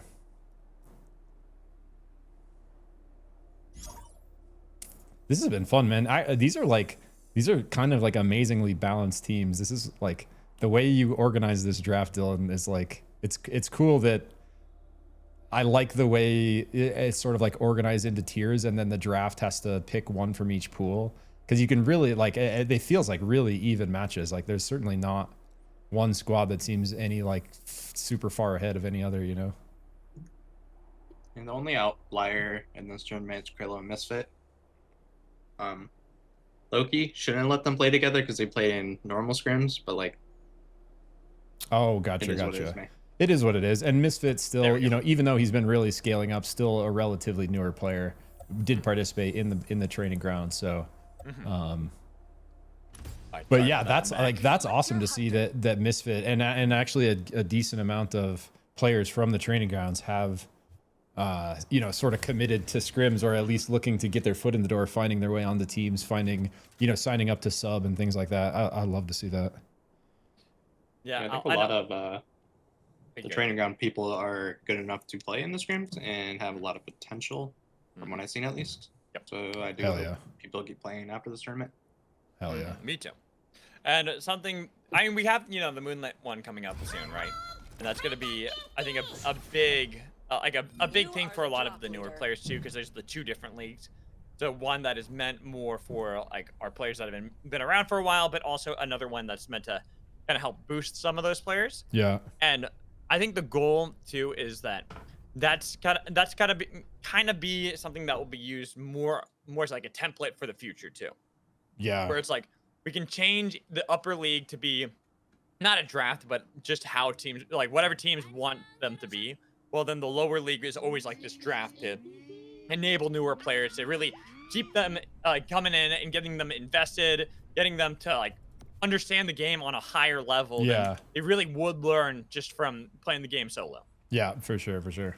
Yo, Korean Fever, what's good? Any Jin or Tetra players? I think we got No Turd right here on the Tetra. I don't know if we have a Jin in play. And Chinese Spy has been Chinese Spy has been playing the Tetra too, which is cool to see. Chinese Spy actually on a crazy run of learning a bunch of other champs besides Kingpin all of a sudden for the last few weeks. It's actually been really cool to watch. It has been like and I think that's the whole thing with like the players that are getting better, right? It's learning more hunters than just 1 or 2. Because when you're playing solo queue, you just have to have the one. But once you start playing in these higher echelons and these higher tiers, you really do need to have more experience on every hunter, so you know the ins and out of it, how to play against it, with it, And now looking at this fight here in the machine, Berserker had put up a wall, and the bombing run is about to come down on top of the missile hatchling. Dab have been split away. Nutter on the north side. That's They huge could for look for the WSU. stragglers of Dab, who just can't get out of this one too easily. And now they're over the abyss. They try to see if they can surge away. Grillo was overheating, so he has to wait. Giving a moment over to Dab. They might be able to escape, but incomplete. Hunting him down with the help of the laser. But now, WSU, they intervene. But who do they target? Dab or Nut? They go for Misfits, and they got Nottaburger at the same time. Incomplete has been separated from Grillo. DCS. Going back into the machine. Might be able to utilize the lasers to stay alive. But DCS had a nice fight up here against Nut. They were already able to get a kill on it to Hestia as well. Waiting to see if they want to take the Guardian or look for the fight against Not. They got themselves the Guardian. They got the XP. Not now on the run. Dylan separated from Tote, who goes down south in Wraith's Row, and that's going to be the easier one with the easier armor to try to attack. But good sidestep from Tote for nice. now. Might be able to get out of this one, but there's just too many people surrounding his position. There's only so much you can do. So the Fox does go down. Really nice start from both DCS and WSU here. Really kind of good positioning around these hatchlings. We saw WSU, like, beautiful bombing run for them. They get the hatchling on their side, get the kill confirm, and actually Nut do a lot of the work for them, exerting that pressure, and they follow up, get a kill on the Nut, 2 onto the other squad that was running away. Now Nut looking to recover after that. They're going to find a level 6 MadMagical triple gold Lemur squad.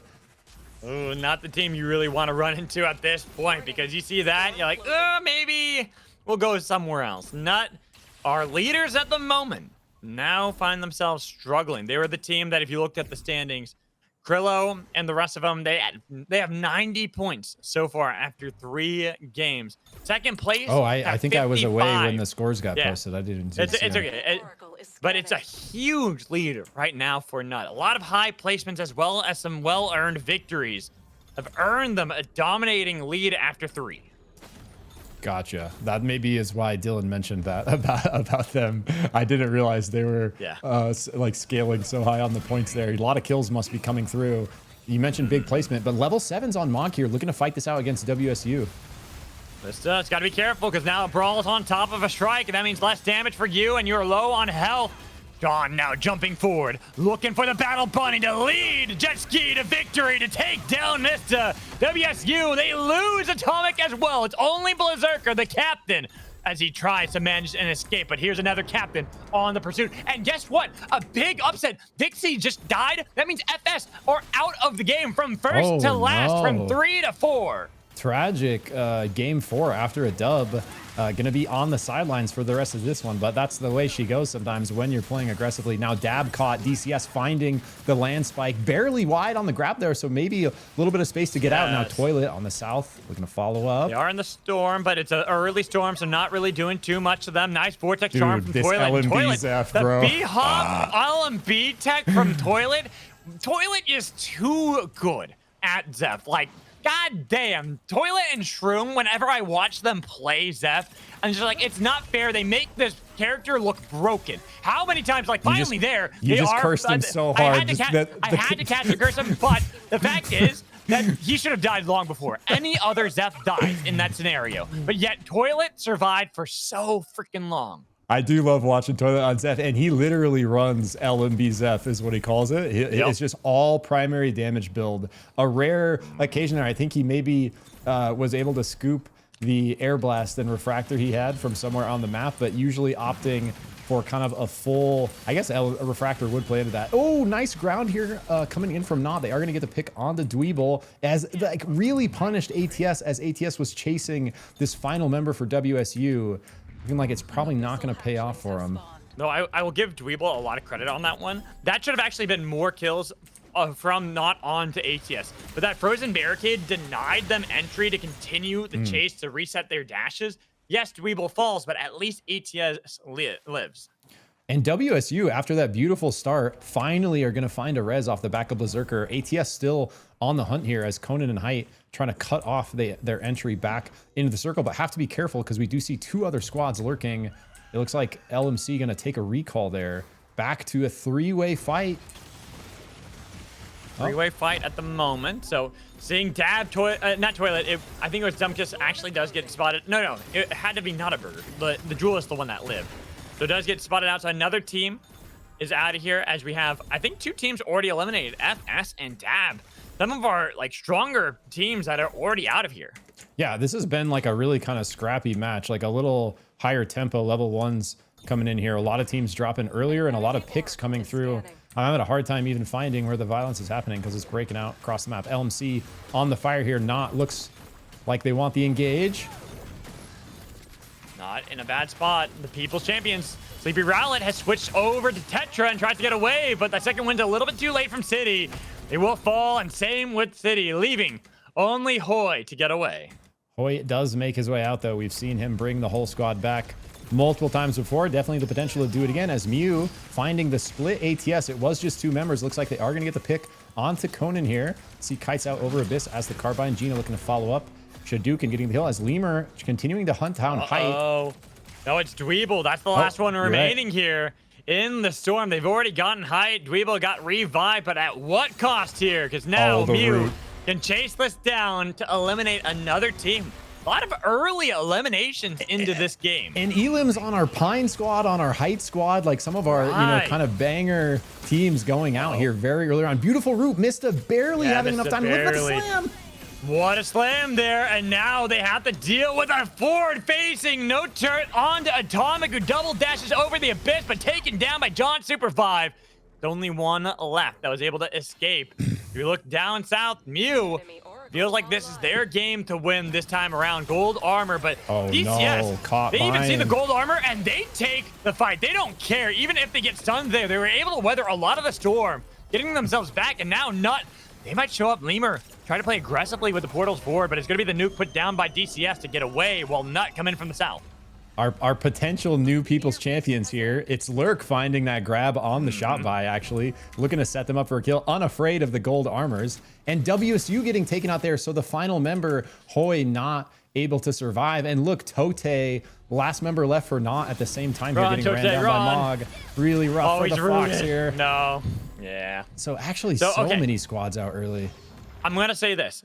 LMC and DCS, they have to fight it out for who's the real People's Champion. Okay, I like it. Like, between these 2 teams, it's like whichever, like, I want to have a final 2 where it's those 2 teams, and then the winner of that is actually the People's Champion. I like it. Well, let's see it happen game 4 here. It looks like it might be the one because it has been messy so far. A lot of our, you know, top contenders potentially out already. As Freaky, gold armor on Road or on Madly here. Jet ski engaging. But the landslide was a little shy. John SUPERVIVE on the other side, but the rings have already been taken by Freaky to get away.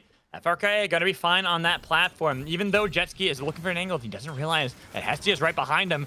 Hestia can jump over, and now that Road Pizza's gotten back, they have to see if they can save the team. They gotta get Madly alive. He's up in the air with the storm, and now they try to see if they can push back, but look behind them. That wall, Jetski is there. The wall has locked in Freaky, and they are overheating. Road Pizza could be the target with a broken shield off of Hestia, but somehow they were able to weather that storm. Mog, don't relent. That's giving time for them to revive. Another landslide with the Volcanic Crusher as they try to spin dash away. Lightning Crash missing. Now it's on to Madly. Broken armor, broken life, and broken health as they look for Road Pizza to break him apart as well. He's been pushed all the way to the Abyss, and now he'll meet it as they fall.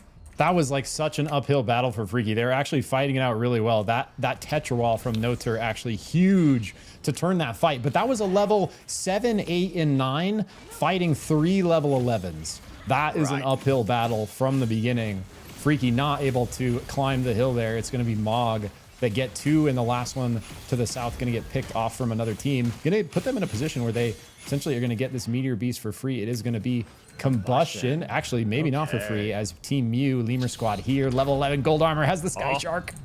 Sky Shark. Wait, no, that's Batman. You gotta go da dun da dun da dun da dun da dun. But he's not even looking for it. He just crashed it and like, okay, we see the crystal here. Do we fight or take it? They actually are helping him out by taking away the crystal, which gives Mog information. They have to burst down the Meteor Beast quickly. It's almost at 50% already, but they have put down a lot of damage. The Tetraform is gone, and now the Sun bursts as they've been able to find Jetski, but he's got the chains connected. Doesn't want to be able to follow that up. A little bit late on that. Here come the lasers trying to get some damage, but it's going to be Mog the team on the run, giving Mew control of Combustion Soul. Nice. Really well played from you there. Just slowly kind of posture their way in, slowly force Mog out.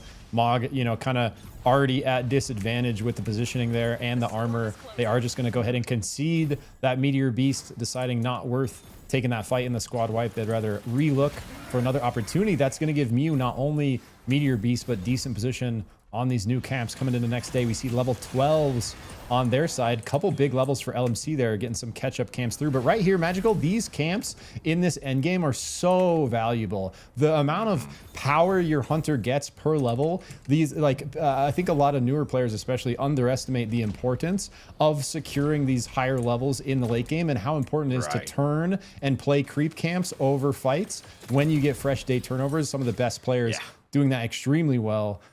You know, evidence right here in Lemur Squad on the level 12, looking very strong. Yeah, but looking at some of our other teams, Slow, they're looking really good as well. The team that had won the very first game of the day, Soul Stealer for Golroy. On that Saurus, yet again, a lot of them playing at their mains and looking at other teams. Mog, despite the fact that they had a good fight earlier against Freaky, they are a little bit behind that level curve that you were just mentioning. Same here for LMS. Yep. One of our contenders for the People's Champions, DC, on the west side. Oh, this is the fight. We're waiting for it. This is it. But I want it to be the final two. That's when I wanted this it. Counts. I guess it's going to have to, because right now there's a Volcanic Crusher on it, question mark. They've got the sun on each side, and that's a lot of damage. Sleepy Rally is the first one. Tiny Spy not having the fuse a lot, but question mark was able to push away City, picking up the crown with the second win, pushing him back. Has to get a kill. Mew, they might enter as well, but City is the one with the crown, surrounded by DC, and there's already Hoi gone. That doesn't count because it wasn't a full wipe by DC. That's okay. Maybe doesn't count, but 2 kills for DCS on the first People's Champion, scaling them up to take the cards and become the People's Champs themselves. And Lurk, our huge gifter, finds the Kingpin Slam to finish off the crown there on City. Big plays coming out from DCS. Now putting them in a spot where they find the level 11s. They have some space on the left side to work their way in on this next shift. Not looking to do the same on the south side. Level 13s here playing these camps like we were just referencing. Everyone looking to kind of scale up on their own little island here. All right, sick. I have a way for DC to still become People's Champions. If they win this game, I'll give it to them. Okay, yeah. That'll still be big. We'll count it because that's still big. Looking at like having to play, because they forced them to wipe, even though they only got 2 out of 3 kills. They forced the last player out. Very true.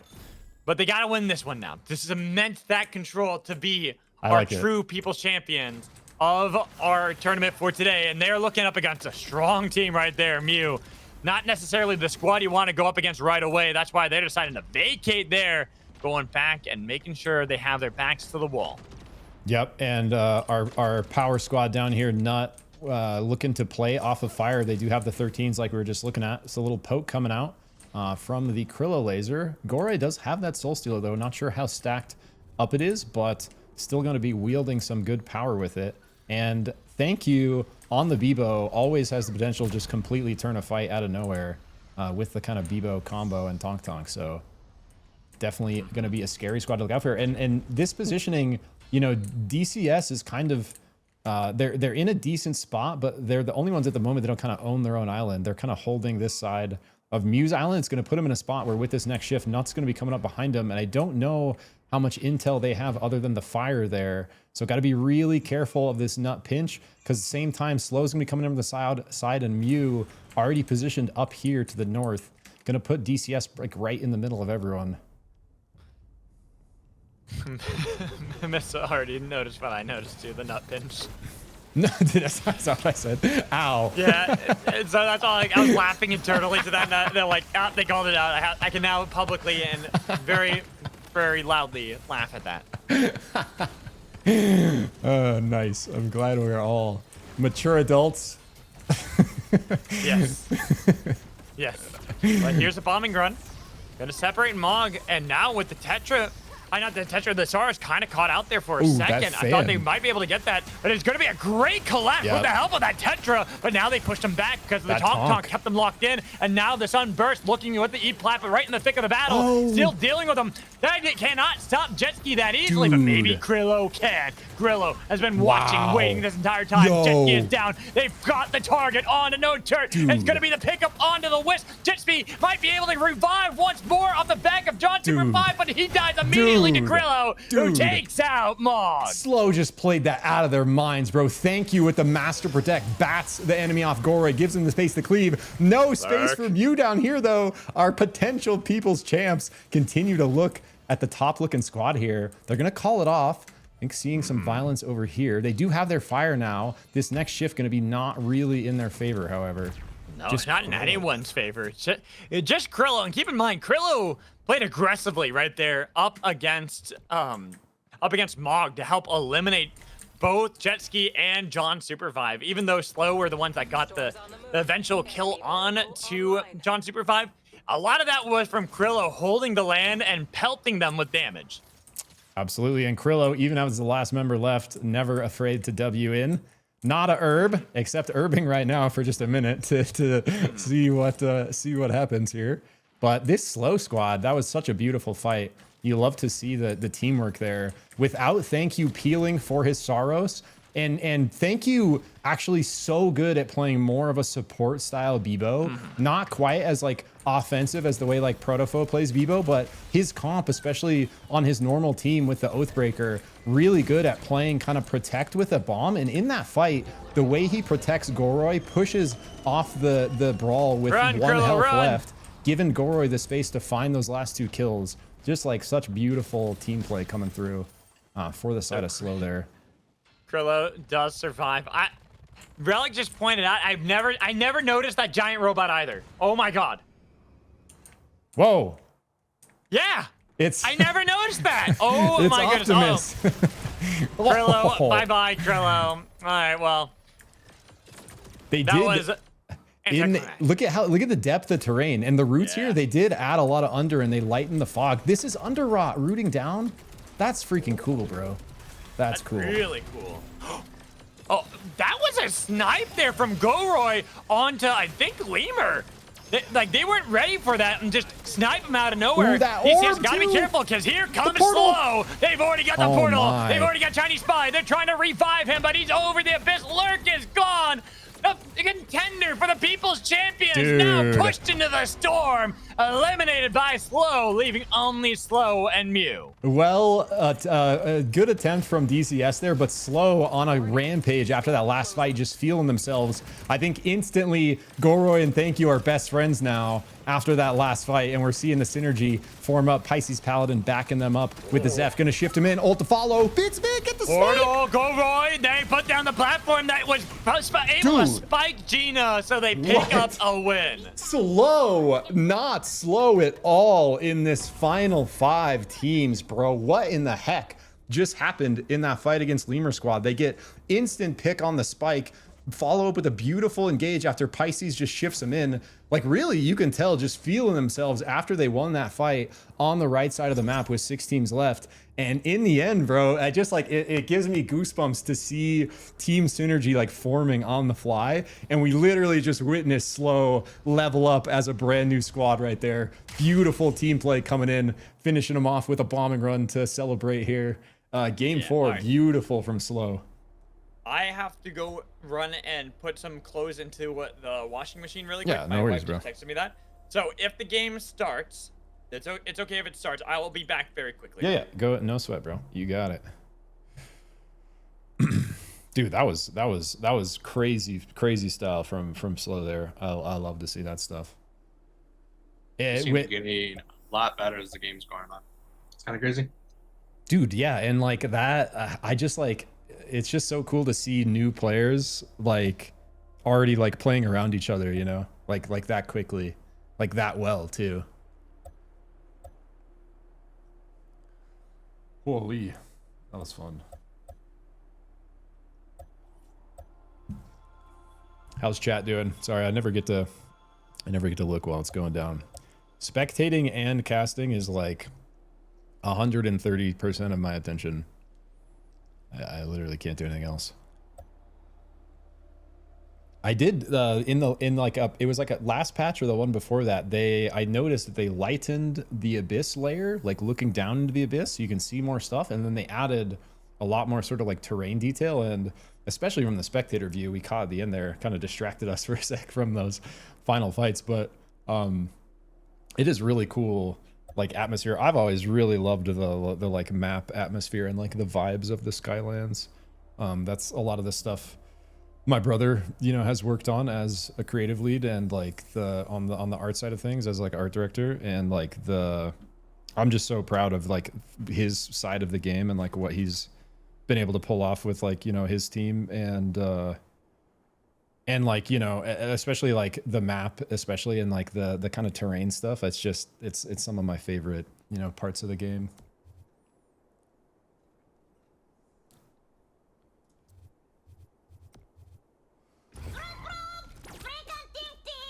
Yeah, dude, actually, bro, if anyone is interested, I'll just because he's awesome, and still no one really knows who he is, but he did so much for the art side of this game. His handle is Lockin. I'll throw his Instagram in the Twitch chat here, but he worked on, prior to Theorycraft, he was the art director of Valorant. So the whole Valorant cast, the original characters, that was him, basically. And prior to that, he was a digital painter on League. And so he has been absolutely killing it. There's like, he's got not a ton of new stuff, but that's like his portfolio kind of over the years on, he also has an art station as well. Not called Rickazick, no. He's actually named after our grandpa's like family name that came over to the US was Udlakin.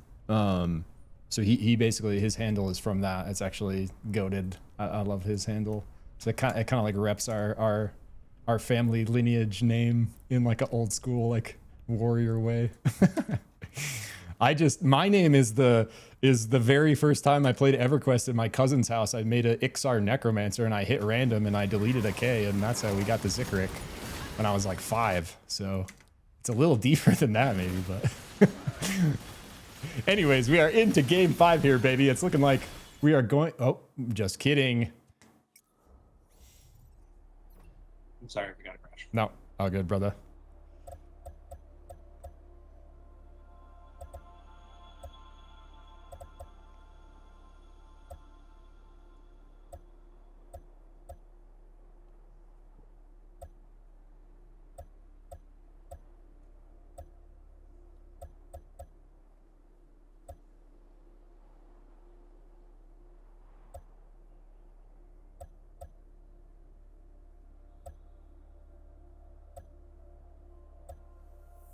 Just leak the next character's name real quick, bro. I have no idea, dude. Unfortunately, I get a little bit of insight from him, but being kind of on the art side, he's not super plugged into like he playtests and stuff and gives feedback, but he's not super on like the design or the balance or anything like that. So he like, you know, knows what's going on from a high level, but he's still pretty close to the vest about it.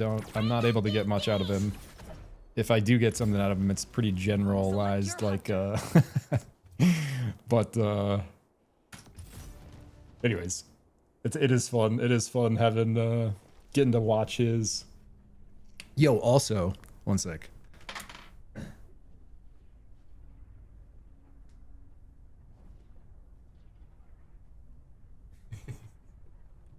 Yo, he made this picture in this box, and I have one and he doesn't. Isn't that hilarious? Because he couldn't go to this in-person event in LA where they signed these, and I won this from a A1 Twins raffle, like a charity raffle he was doing, And so my bro literally made this box, really wants one, doesn't have one, and is like super jealous that I have one. And it's just like freaking hilarious to me.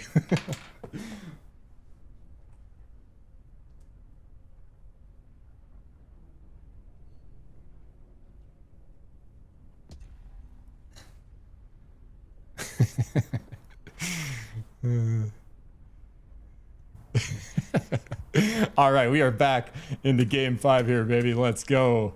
We got what is our shift here? I don't know why sometimes it doesn't show in spec view, but we got top to bottom drop. Gold armors in Scav Bay. Looks like 3 squads out, couple squads out early, 2 in shards, 1 our Pine squad with academy drop, a couple out in heart and ion as well. But we got 3-4 down on the Scav Bay angle. Late drop from you to catch the other side. I really like this positioning on a gold armor drop. You take the far side and then play in, and we look like Mew's gonna get these camps, and a couple teams looking to snipe these back camps as well. Berserker gonna call it off, go back to squad.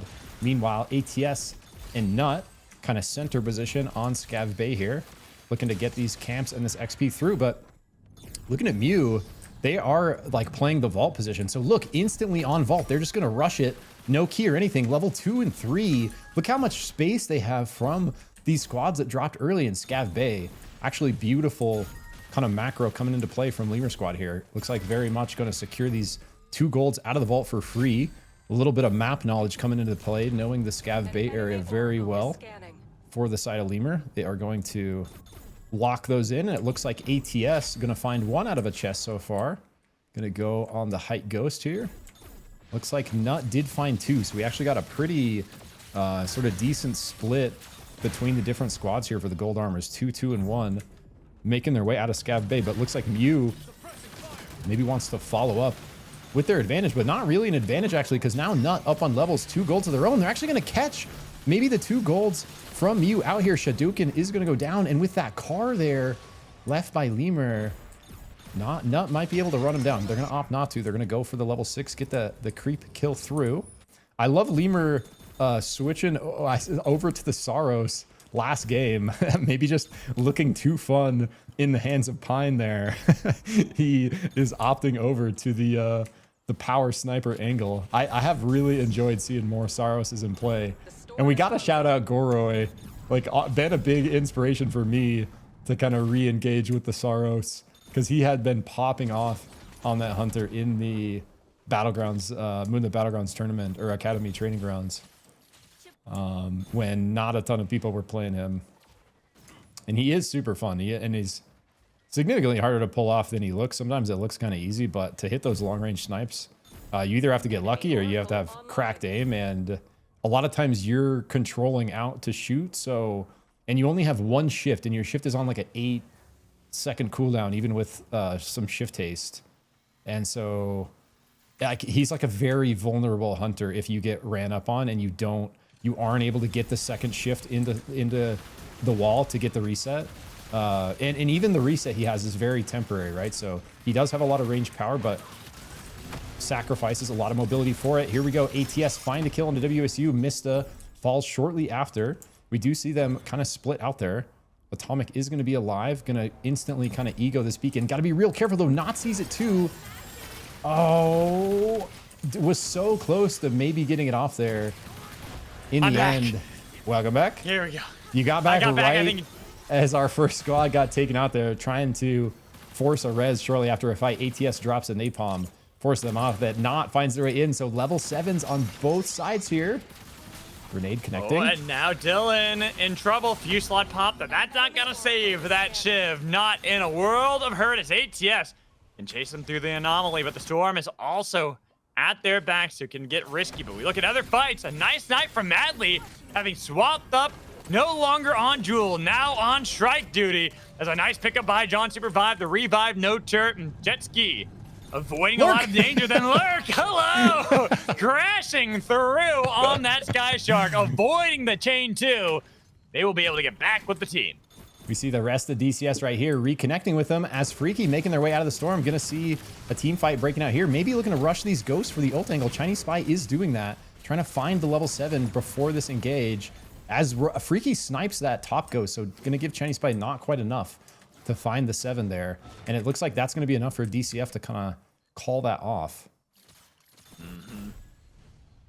Just looking, seeing at everything and how we're all moving around, how everyone is kind of grouped up, because Alario is like, I'm about to miss the best of all games. And how do you know that if the game hasn't even been played out?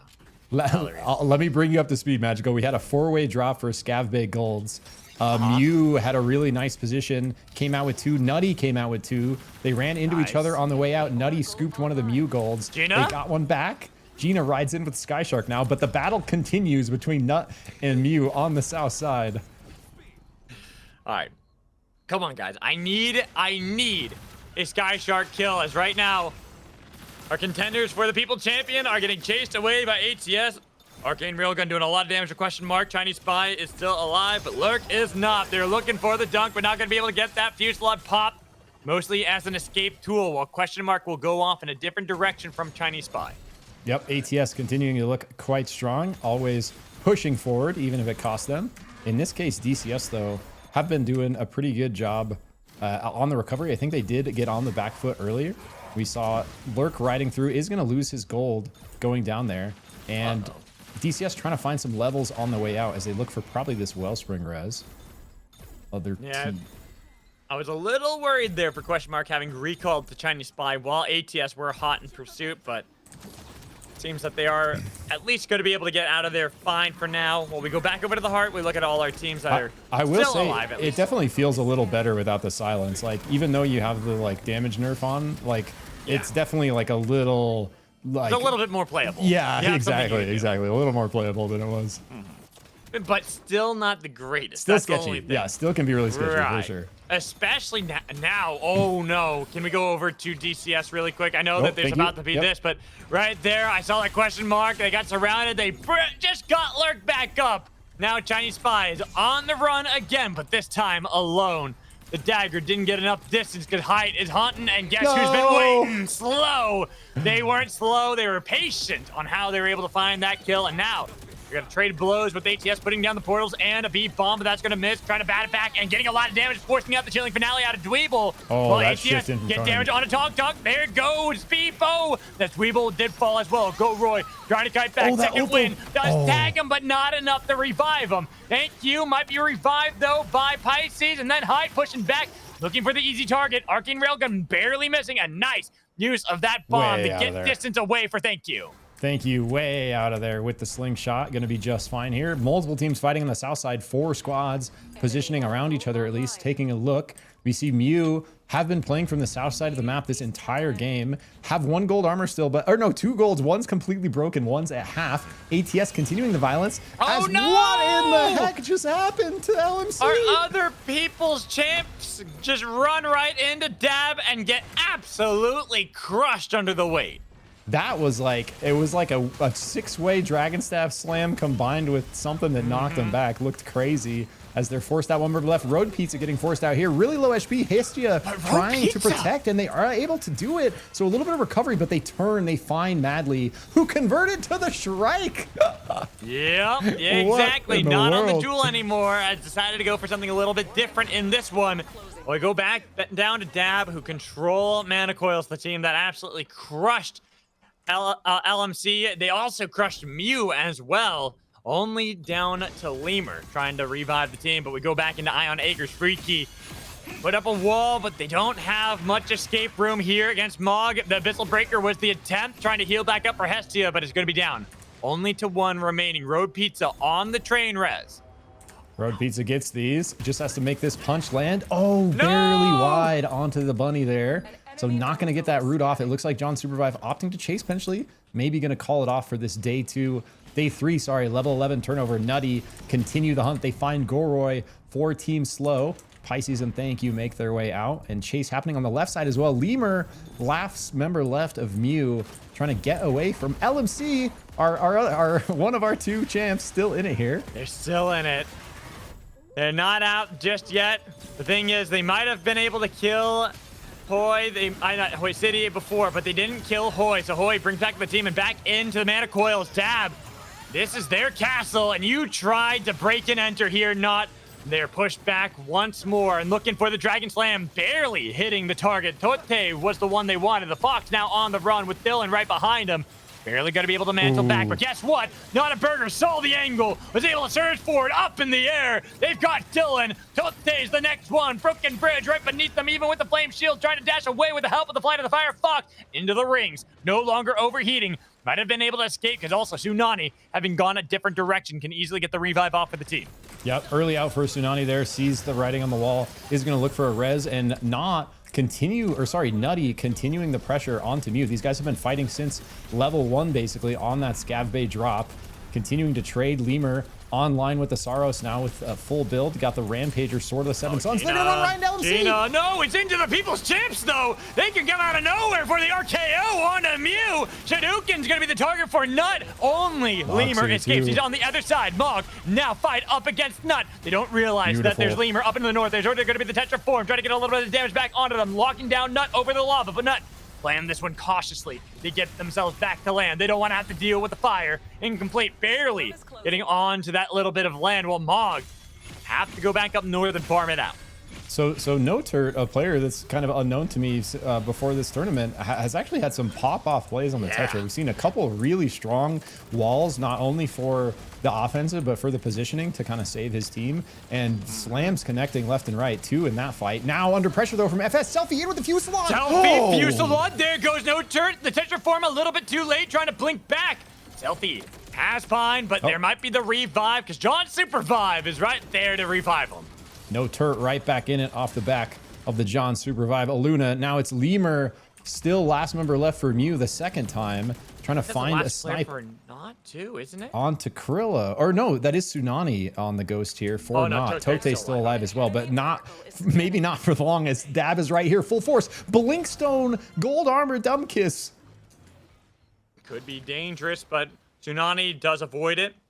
Tote trying to do the same with the rings, but Toilet is the one leading the charge to scout it out for the team while we go back into the Chaos Steps. Another Tetra form from NoTurt, sending out Boulder after Boulder, launching him forward. That is going to rock slide away, putting down a waveform. Volcanic Crusher missing the target, so Freaky, we're able to get rid of Tetra. Well, John might not be able to get the revive, because guess what? We got LMC right in from the south. They want to play greedy up against Jetski. They got rid of him, but not John SUPERVIVE, and they got to deal with Freaky right above them. Getting some damage. Freaky have been separated. Road Pizza onto the base camp, but the rest of the members aren't there, and FS looking for John SUPERVIVE. Can he slip through their fingers, get away once more? Aluna, so difficult to lock down. Seems like John SUPERVIVE will keep Mog's hopes alive. They are going to call off the chase for the side of FS there, deciding it's not worth chasing the rabbit. So John is going to make his way out, keep his team in it for a little longer. We do see ATS kind of looking on the flank. Multiple teams positioning around Amorius now. 2 to the south, 2 to the north here, but he's getting chipped at. FS having position. It looks like Freaky just called that completely off. LMC and Nut continue to look each other on the south side. Oh, beautiful nade. Nice nade, but not the damage right in time. Instead, they're trying to play aggressively up against Misfit with the Fusillade, pumping out damage onto Sleepy Rattling, but still surviving, healing back up. Might have a chance for round 2 while we look up into the north. Mog, they had been down to only John SUPERVIVE. He revived the team, but at what cost? Now he's overheating, and he might not be able to get to land beforehand, or Conan can find him on the other side because NoTurt is gone, and then Freaky jump onto the bunny. They have at least Jetski, the team captain, but Freaky now got to be surrounded. FS on one side, ATS on another. Hestia trying to spin dash away, but now Freaky are getting Jason over the abyss. There goes Road Pizza. The snipe onto Hestia. Madly now has to put on the Pine shoes and be the strike, but Pine has that strike in them, even on Sorrows. FS, if they don't go out 12th, they are going to look really strong. And we see it again here. Just really powerful ranged poke coming out. They got the Shiv to follow up on this poke from Pine, and the Vixie Blast to back it up. This wow, that refractor damage though from Pine. Look at this, man. He's just destroying. Exactly, and now ATS, they have lost one player. They run into Dab, and then we look elsewhere too. Not get eliminated by Slow. LMC right in the middle of every team. Jetski too, holding on to the ground. They know you're there, bud. Even if you're trying to be stealthy, they all know they're there. So he tries to get away, but he runs right over to the People's Champs. He tried to chase down onto Mog, but Jetski, difficult as he be, cannot keep up with him, and now he's got to deal with ATS Dweeble as their own crown, but which one is more powerful? 30 seconds left on Jet Ski. Dweeble has a minute 15. He needs that kill, but LMC are hunting for both of them. They got Nut to back him up as well with the chilling finale. Can they get the kill? No! Mog is gone. Then taking down LMC. Get rid of Dweeble as well. Both crowns eliminated as we go back into the fight, and the Chaos Tappers are going to be now Dab that are down a player. Not a Burger is out of there while FS hold onto the high ground against Slow.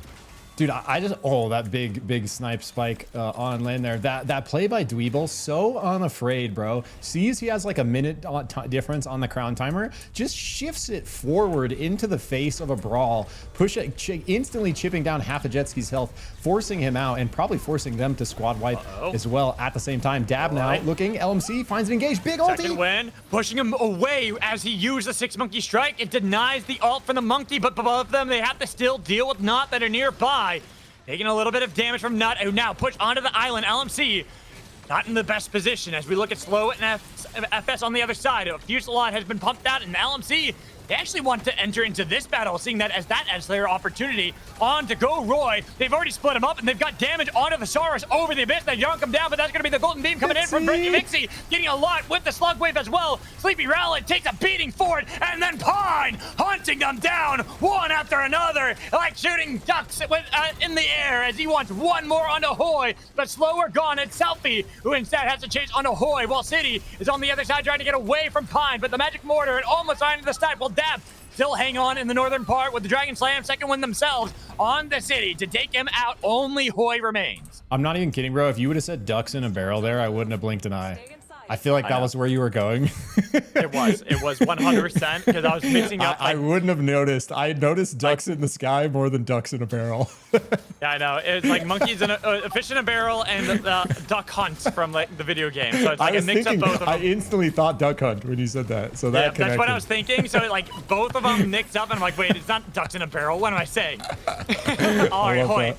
Oh no, the spike from Selfie and the headshots from Pine to clean up LMC. 3 remain here in Chaos Steps. Dab face off against Nut and FS. And now the Soul Stealer in the hands of Pine. Red armor for him, red armor for Selfie. Like actually so kind of ahead here. Level 15s. Look at this, level 11 and 12 for our crown team. Krillo trying to make a miracle happen. Does have incomplete with him on the Jewel, kiting back a little bit here. Dab in a pretty strong spot as well, though. Definitely going to be able to contest our FS squad here. Have the Blinkstone on Dumbkiss, a red armor evolve of their own with the double gold. So going to be actually a pretty close fight here, unless Pine ends it with this Saros damage before it even begins. Just gotta watch. I mean, a crown is there for Nut. They should be able to at least bring back up the team once more. Really, what Nut are hoping for is that FS and Dav fight first.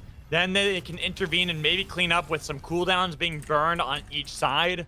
It's not looking good, especially with where the circle is taking us. Yeah, they are just going to play time, though. They get the res through. Misfit back, but no armor and no real kind of... they do have a shop. Maybe are going to be able to get some repair, but it's on kind of FS's island here. Yeah. And with this next shift, FS definitely going to be kind of aware of this movement into this next circle. Fine, looking for the angles. Trying to get the portal with the Magic Mortar as well. God, you got to give FS a lot of credit with this kind of composition. The Saros and Mercury, they can chip at the health bars of people from so far away. And yeah, actually really very good little shout threat out. on themselves. With the mortar combined, yeah, the mortar with the Saros damage is actually kind of crazy. And then the support to back him up, the golden beam for the zoning when people push them, and then you got the shiv to follow up on the Saros damage with the dive and the dagger back. It's actually kind of a crazy style comp in the hands of these players. As we're looking at this circle, there is no abyss for us to play with, only lava. That is going to be your way of maybe finding a cheeky spike, but for FS, they own the mainland. While we see that Nut and Dab, they're trading blows with one another, too afraid of actually entering into the battlefield that FS are daring anyone to enter. That is their arena, and they've already started the fight off against Dab. forcing out some of the ultimates, but that's going to be the portal put down, trying to see if they can reposition back into the circle with the contingency plan to heal them back up. This is the power of having that Mercury. Every time you go for a fight, they can put down the golden beam, and look at how it shreds through Dab and Dab, trying to get away. God. They lose 2. Only Dumbkiss remains, but this is the time to strike for Nut. They know that they're separated. They got the Fusel Light coming in for Misfit, getting a lot of damage. They try to search for it, but they almost were able to pick it up. There goes Selfie. Dixie might be able to pick him up, and Pine by himself might have to go around, take a little bit of the storm damage, while Victor was able to revive Selfie, and now they got the surge going forward onto Pine, trying to take down Saros. They've got rid of that, but Vixie trying to see if they can hero the team once more with a blink back from Misfits.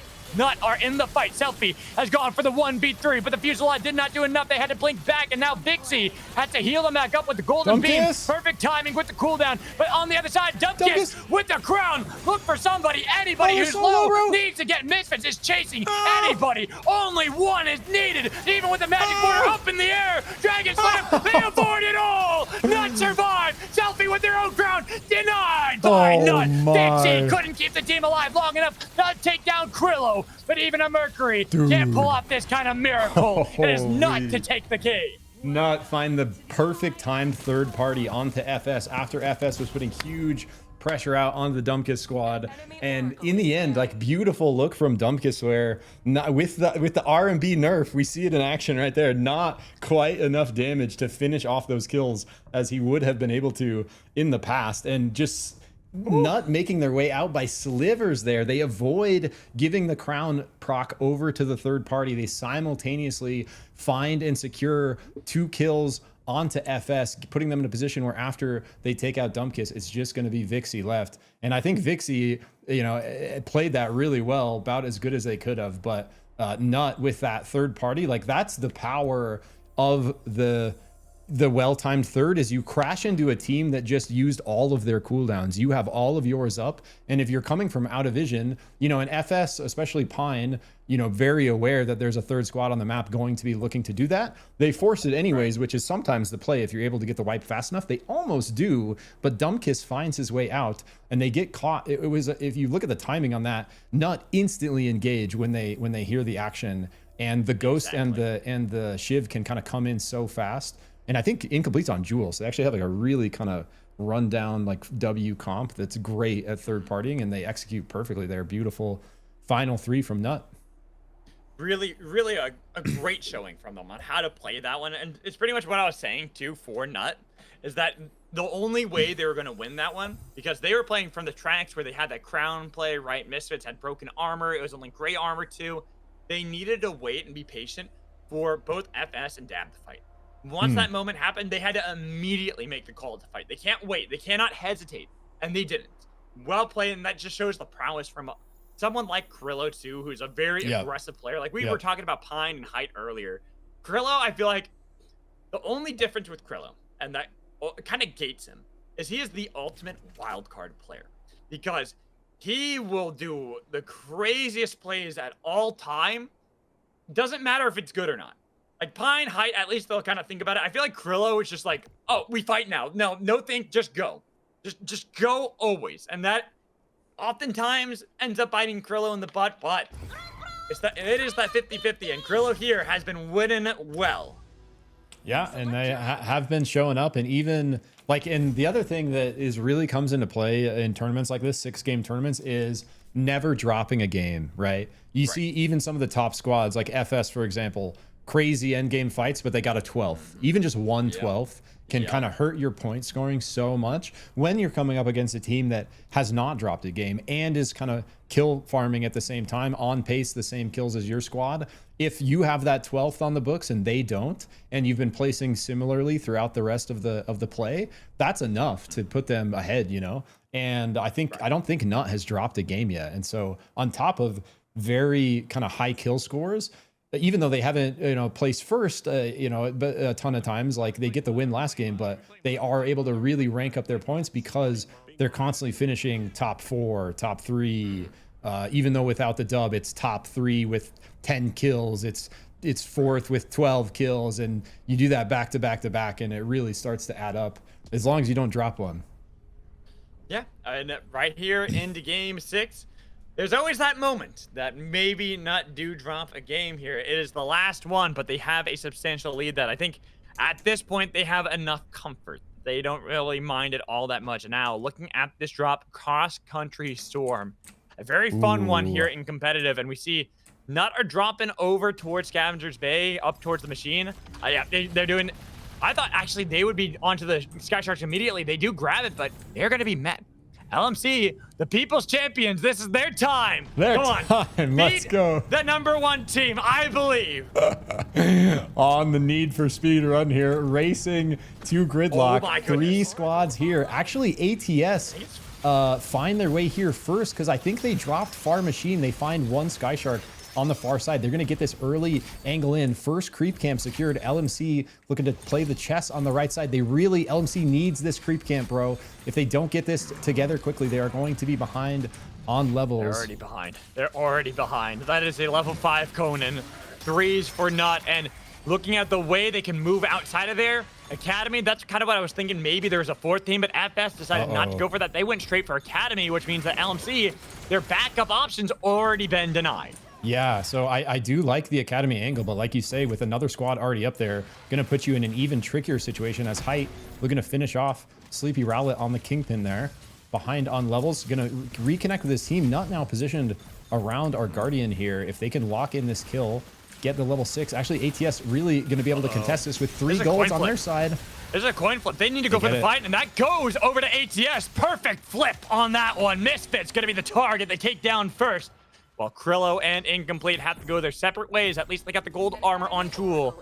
Should be able to make it out alive. While we look at LMC in a tricky spot. They actually did get the revive inside of Academy. I'm surprised that FS didn't try to stop that. Instead, they went for a reset in Magebog. Yeah, and I do like this kind of playing out from City here to give his team an option to recall after they get the res. So even though Gridlock and Academy don't work out, they are going to find an opening in Frag Isle here to get some creeps, catch up, get back online. A couple teams pretty close to each other down in Cold Fang. Looks like it is going to be Slow, making their way out with the majority of that gold. 6K on a thank you. Going to be able to buy his whole team some relics here off the back of that. It does look like WSU maybe got some of their own. They did, and they got a little bit of a buy through. So not all the gold in Cold Fang to 1 squad. A little bit split here, but plenty for the side of Slow. Watching our teams kind of playing this one a bit slow, especially being the last game for our draft tournament today. That is one of the things that I always say. It's like, yes, you might have a hard game. It might have been difficult, especially when you're playing in a draft tournament, getting used to new players' tendencies and their styles. But one great way to end it is a final victory in game 6. Absolutely, End it bro. with a bang. A lot of pride in that one where you go, we might not have won the tournament. At least we won the very last game. And sometimes that almost feels better than even like, you know, because that's the one you're left with at the very end. Yep. And I love like logging off after I win my like a game. You like end on a dub. It actually feels so good, bro. Like so. See, but that's also it's a double-edged sword because sometimes it's like, yes, we ended it on a win. Want to go play some solo queue? Want to go run it back? Yeah. And then you keep playing, and then you're up until like 5 in the morning, and you're like, wait a minute, what happened? Yeah, and the problem is the win brings so much like adrenaline and dopamine that then you're like instantly wide awake, and so the odds of you logging off at that point are like so low that I agree with the sentiment. Tough to actually pull off in reality here. LMC maybe getting a little caught. Hoy finds his way back on the Dweeble Sky Shark. Little 1v1 fighting action against here. them. Sky Shark v Sky Shark, and now it's going to be the Sky Shark exploding. While the other one is taken away. We did see that Rowlet sadly will fall to ATS, and looking at City getting chased down by ATS as well. We see fights out in the storm. Like so far out here, bro. DCS, yeah, way out here. Looks like they both might have gone for plays around Cold Fang's Keep, trying to get some of that gold, then get themselves back into the circle, but they never really had a full fight against one another. Even, strangely enough, Nut still in Machine. Yes, it is an early storm, so it's not that threatening. This is so sketchy with cross country, bro. If you don't get here soon on this next shift, this storm moves so fast in on this angle that this is a scary spot to be if you're these two members of Nut, because you can't refog it. They do have a Sky Shark, so they might be okay. Yeah, I think they should be able to jet their way back into the circle, so they are going to be fine for now. But I'm looking at everything else and where everyone else lies at the moment. The other thing we talked about, it's good to have the pride in the team that wins the final game, but you also don't want to be the first team out in the last game. That's why we see a lot of our That's the teams opposite playing. feeling, essentially. Exactly. It's like you feel the emptiness. You want some more. Like right now, yes. LMC are struggling. They're just getting Yeah, hunted they're down split by here. ATS over and over. Really split. Yeah, and it's like a lot of times once you're on the poverty run, if there's still 12 teams in the lobby, like if no one else got early wiped, it's like so hard to find some space. Not just to res, but then to recover. Even if you get the res, you still have to you have to find some space with creep camps, kill those creep camps without getting contested by a stronger squad already. So LMC going to be doing their best to pull this off, and they did start with the rewind here. Looks like Rowlet had it and is going to be dropped now with that res, but they are alive, and Koba's certainly not out of it yet. Plenty of space to the north. As we do see this slower early game, there are potential for some fights. Like right here, DCS and Nut. DCS are other contenders for the People's Champs. They can beat Nut, especially in this last game, give them their first early elimination. I think that elevates them to the official People's Champion. That might do it. That combined with their fight earlier against LMC, I think that might lock it in. We'll see if that fight breaks out. Meanwhile, Mew, Lemur on the brawl with the rewinder, in it with Not here. Nice connection from the Bishop there. But escaping barely. Somehow they're able to get Shadouken out of there, and now the engage from Tote getting some damage on a Lemur, but Lemur on the brawl this time around with the Beacon rewind, and now the engage coming in from Tsunami chasing him away. There is that potential, especially for Lemur on brawl. Oh my god, dude, it's Go getting so engage. crowded. Look at LMC, Yeah, they're it getting is. so Oh, pressured. They just no. try to find this one camp off of that res. There's 2 teams that show up trying to take it from them. It is night 2 just Run, started. LMC. They don't have anywhere Run. to go in Koba's. Just fail! Leave Hoy alone and just get out of there. Separate, scatter. You gotta get out of there. They hop onto the Sky Shark. They might have been able to do so. I think they did, but meanwhile, dude, look down here. 4 squads posturing against each other. Mog looking for the engage. Nice Abyssal Breaker out to buy some space for the side of Freaky. Meanwhile, right to the south, Mew and Not continuing to look at each other. Tsunami, huge amount of pressure with this Bishop, continuing to just shift forward onto Mew and force them away. Now Mew and Freaky looking at each other.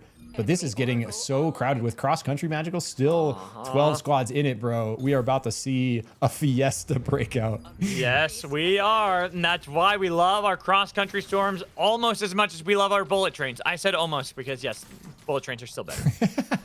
If Magical's around, bullet trains are superior. No contest. Very, very true. But sadly, we only had the one, and we didn't have any bullet train kills. It's I true. was very It's true. sad about There that. was some really close calls, but nothing actually coming through. It is funny how the train didn't kill Pine, but it like pulled him out into the storm still, even though he like Almost, yeah. Almost killed him. Pine and The bullet mortal train, enemy. his mortal enemy. Yep. Yeah. As we did see that the Hestia got dunked by Dumbkiss, and then WSU onto the tracks. Mew already forcing out Dumbkiss 6 Monkey Strike with the Dragon Slam missing on a Gina. This is given some confidence for WSU to push back into Ion Acres. We see on the kill feed that Mog actually got a pick on to Incomplete, and ATS lose height. We are focused on a Mew here inside of Ion Acres. That's going to be the Beautiful slam. shift. They've got themselves the reset, and they are looking for the damage onto Gina, but it's going to be Lemur trying to push forward. He has to take an anomaly, trying to get away. It's only Lemur now. He's out of there, and the train might be the salvation right now for Mew. it looked really unfortunate for Gina there. Like right when she ulted, she was like got barely pushed out of ult range, like instantly, like insta canceled the Aluna pull up on the Wisp. Lemur is last, and he is going to get the res through on the train, so they are going to be just fine. Still 12 here. ATS looking to say something about it. Dweeble just so unafraid on the Celeste. The only Celeste I know that just shifts it forward like constantly. I also love it. Like you talked about before, this is a very crowded circle. All 12 teams. Game 6, our final one of the night, and look at all these teams here. There are so many right outside of Ion Acres, some inside of it. Mog, they're going to try to farm up underneath that. Well, LMC, they could third party, but Notard has put down the rock wave while the rest of the team is actually caught in combat up against Stab. Now he has to rejoin with the Volcanic Crusher missing. The chase has already split away onto John Super 5, but they've been able to find the pick onto Toilet. And then LMC, they're pushing slowly onto Dab, missing the pull from Rowlet. Then the Eye of the Storm to try to escape. The Dab are caught in a bad spot. Dumpkiss is locked on a tree while he watches his team fall, and then LMC find a nice pick on a Notard. Dude, and here we go. The violence breaking out across the map. It's just too crowded out here. Teams fighting right in the middle of town. It's FS versus Slow. They find Goroy. It's just Pisces Paladin left. Thank you. Already down. FS find another squad wipe. My God. That's a lot of teams there, Zik. Dude, yeah. That's a lot of teams there, Zik. There's too many all here, and we saw out in the storm at Heart, Dab reviving the team. Slow, they've won 2 games today, but sadly in game 6, they are our first team eliminated, but they might be joined by another one as Dab struggling to find their foothold in the storm. They're getting pushed back. Plat denies that, and they are taken down. They will join Slow on the bench. The price of the Storm Res. Oh, huge engage. Abyssal Breaker out here. 1 down already. Natalie Tote forward with the shift. Gonna find the Bishop as well. Road beats it down. It's just Hestia for Freaky. Full force of Not. Still here. Bumped back. Shield broken. Nowhere to go. Just like that. 3 squads out. I feel like more are joining very shortly here, Zik, because there's still too many teams and not enough land to play with. ATS have already been split up. They've lost Conan. This Dweeble now against the other People's Champions and sandwiched by the true People's Champion to take down Dweeble. LMC are still here at Ion Acres. They could try to intervene. WSU, they put down some damage onto Lemur, but he was able to rewind back with the rest of the team while Mista took a beating. Same with Berserker, broken shields. Mista going to be the target. They did get the stun with the Volcanic Crusher from Berserker to take down Lemur. Might be their opportunity. Tetraform denying, but the pickup on the Wisp from Gina will make sure that Lemur's back in for round 2. Yeah, and he is going to look for it. Hoy now going to reconnect with the rest of LMC. A lot of kind of movement up through the wind tunnel here. It's going to result in Mista getting taken out after trying to make his way out of that fight. We see Nut right to the north holding this South Cobas left. We see FS above them on the kind of train angle, looking to maybe do something cheeky off of this Saros portal. We'll have to see, but 3-way fight over on the right. It's looking like as well. Going to leave Height. Last member left for ATS in bush. They're spotting him out. They know he's there. Nice stun onto Chinese Spy. Height avoids the pull from Lurk, but for ATS, they are down to only Height, and we saw the spike walls that had been placed down, so he has to take this long path to get into Kobayashi's. Should have enough time, though, before the storm will push. Yeah, and especially, I don't know if he knows the spike wall is here. Tsunami making their way up, wants to get the Tote res in the same spot. You might see a captain duel over the heart res here. Gonna spot out Height. Recall coming in. Guards back up, though. Really kind of clutch daytime turnover for Height. All of ATS right back in it. But yeah, continuing to be very crowded. And look at this next shift. What Magical is gasping out here. Going to be a lot of movement. And look how fast it's going on the map here, guys. Just cooking if you're over here on the side of DCS. You got to move. You got to move.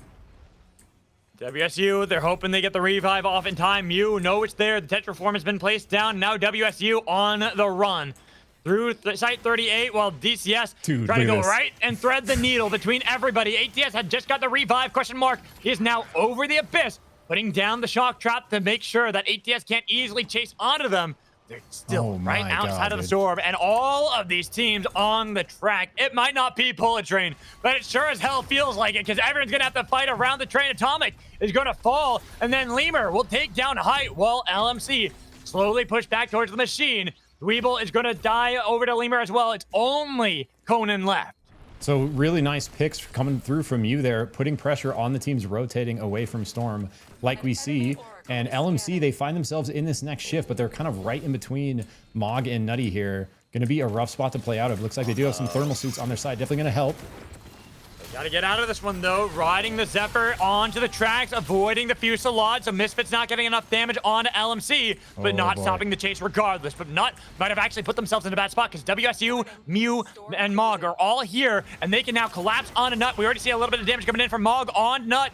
While WSU decides where they actually want to go, whether they want to join into the fight or not, it's going to be Mog taking down Krillo, while Incomplete and Misfits are still alive on the tracks. They got to get back to land so they're not taking too much fire damage. Yeah, really nice connection there on the crowd control. They're going to get to go through. Mista, like you say, going down as well. FS continuing to just play from the north, look for snipe kills. Conan does have that crown and play. 40 seconds left. Has a decent angle to try to proc here. Getting a little greedy, looking for the train res. Going to be right into the arms of FS. So after shifting forward there, not really going to have an answer on the carbine. Taken out at 8th. Right. Slowly, not even slowly, quickly are now having to move back into Ion Acres. This fortress about to be the tomb of a lot of teams because we have too many still on the map as we see that WSU, I don't know what happened to them, but they are It's dying cross outside country, of the bro. storm. Look at it's Oh, cooking it's the them. cross country. They're a little bit too late, and now Berserker getting chased down by Tsunami. He's got nowhere to go but land right there. Maybe FS. Do they even notice? They put down the magic border, so they actually do have an idea that Tetra is there trying to get some spike damage, some damage from range, but now he's back away. Oh, Berserker It's has all the nowhere to way go, to bro. where not are already Damn. remaining as they dunk down another kill. Down to only 7 teams. WSU just doing everything they can to live there, but sometimes there's just nowhere to go. We saw the Storm cooking them, and sometimes even a very experienced squad, it can really sneak up on you, these endgame movements, if you're not ready for them. Playing around a Misfit in the 1v3, Fusillade out. What time? Oh, no! Misfits will fall, not are gone, as Incomplete gets taken down by the People's Champions. no. They do take down our first place team. We saw that not. Got pinched up top. Now it's going to be a 3-way fight. Mew, FS, even DCS, the other People's Champions, fighting, pushing back Pine into the wall, and then leaving only Vixie alive in the jet stream. But they're not going to make it easy for her to be able to get out of that one. DCS. Chinese Spy picked up the kill, and now they're looking for the fight up against Mew, missing the grabby squid. That's why they stay on to land, not wanting to go too far against Mew. So just like that, 4 squads left. Actually, just so many falling out with these last 2 storm shifts. And in the end, it's going to be LMC and DCS. Two of our top squad. Wait a minute. That was a nice use a second win with the blast off from Hoy, trying to push him into the train, but there is no train just yet down the tracks. Hoy is going to be spiked down by Jet Ski, putting down another rock wave, getting some damage, but Rowlet standing strong, being the tank for the team, absorbing the pressure, while LMC still have City. They don't get any kills on a Mog just yet, Dude, but at look least at they this. survive. Look at this next movement, though. This is going to be, especially for DCS here, they're going to have to be really heads up on how they play this in, because with 3 squads kind of having the inner angle, might be the perfect opportunity to find a 4th party as all these squads posturing around each other, looking to play into this next shift. We see Mew prioritizing camps, certainly what you want to be doing in this situation. You want to find yourself as high level as you can. We see 15 on Lemur, red armor, Be Kind, Rewind in play, looking terrifying on the brawl. How do you stop this brawl at this point? Right now, it looks like Lemur's got everything going for him, and he is going to try to defeat the People's Champions. City is going to be the target. Mog, they're on the flank. LMC, what do? You don't have a way to escape this one too easily. You have to go into the storm, leaving Rowlet to die. DCS, they might be the saviors, though, because they've been able to find the flank onto Mew, but Mog, they don't intervene. They're waiting with the crown, worn by City. Hoy onto mainland, punching back with a haymaker, getting a little bit of damage, but he's by himself. Needs City to join in with the team. Well, there's going to be some damage, trying to get the Vortex Charm onto DC. The DCS are still alive, while City cannot get out of this fortress. Yeah, that was like, actually, Mew played that really well, not losing a member after getting kind of right in the middle of 2 squads there. DCS from the north and Mog from the south. They are going to be able to play their way out to the right. The whole time, LMC kind of trying to play the recovery angle. City does have the crown. Don't want to recall there, as Hoy going to get caught by 3. Root. Gonna be rooted, but nice E-plat. Beautiful E-plat from Hoy. Survives, dodges the chain, back Really over nice. to land, but that land isn't going to be there for long, while City still cannot leave the fortress. There's the respawn beacon. Hoy Dude, might just be able to beautiful. stick that one, bringing back in Sleepy Rowlet. So LMC not done just yet. Here we go. DCS and LMC both still in it. You'd love to see it. Our People's Champs duking it out, going up against a couple powerhouse squads. Lemur squad still in play with that brawl. And we also have who is a jet ski squad Jet ski. with Tetra John form. SUPERVIVE here. Uh-oh. LMC, they got to go right through the middle. Surrounded now on all sides. The only way they can get out of this one is by fighting, and they've already lost Sleepy Rowlet. City, again, the team captain who joined to sub for the sub. Now looking at the top 4 position, and they're trying to get back to the heart. They already have the revive attempted by Hoy. They might be able to survive. While Mog getting a little bit of damage.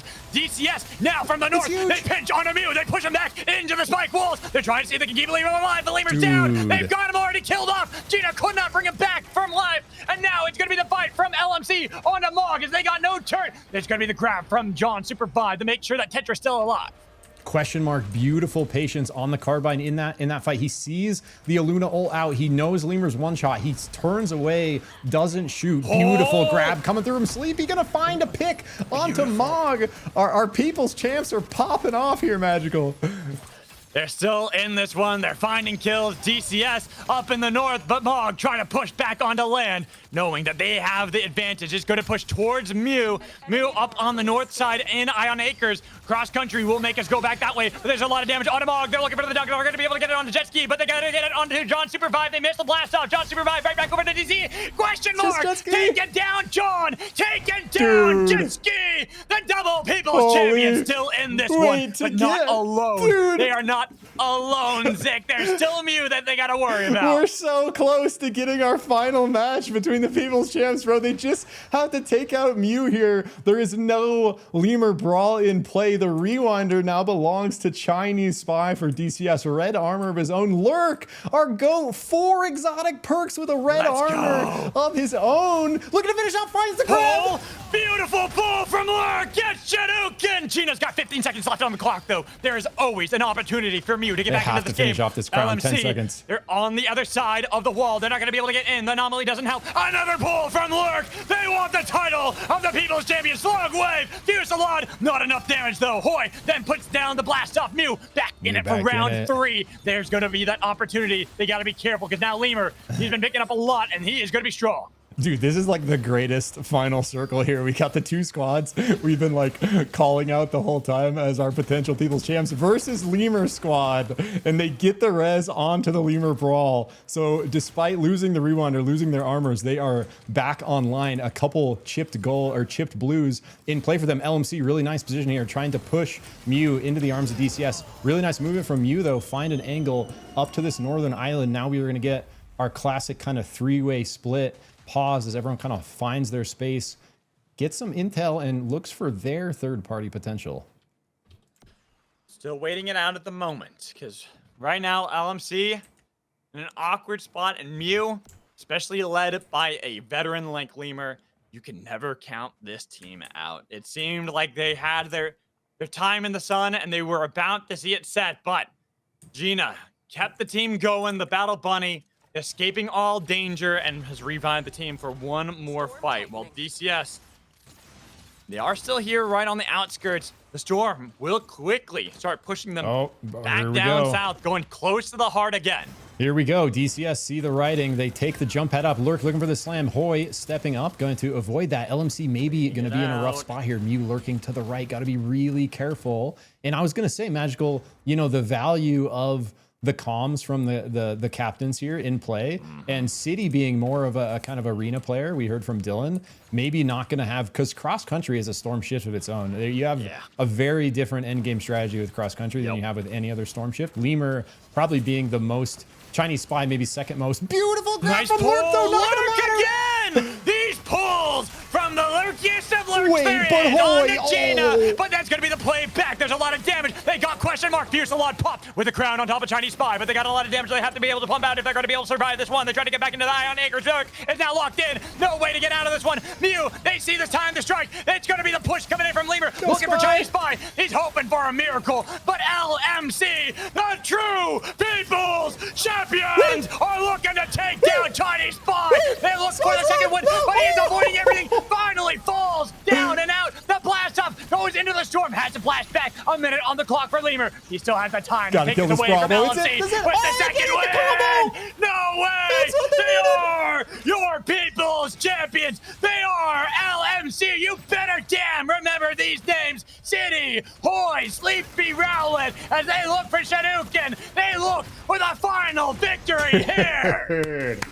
You have to just stand and applaud LMC here, bro. Our sub for the sub captain stepping in, picking up Sleepy Rowlet and our other member here, Hoy, and some beautiful plays from all of them. Hoy having some crazy moments throughout the whole tournament, keeping his team in it. We saw right there an insane punch engage onto DCS to set them up for the win.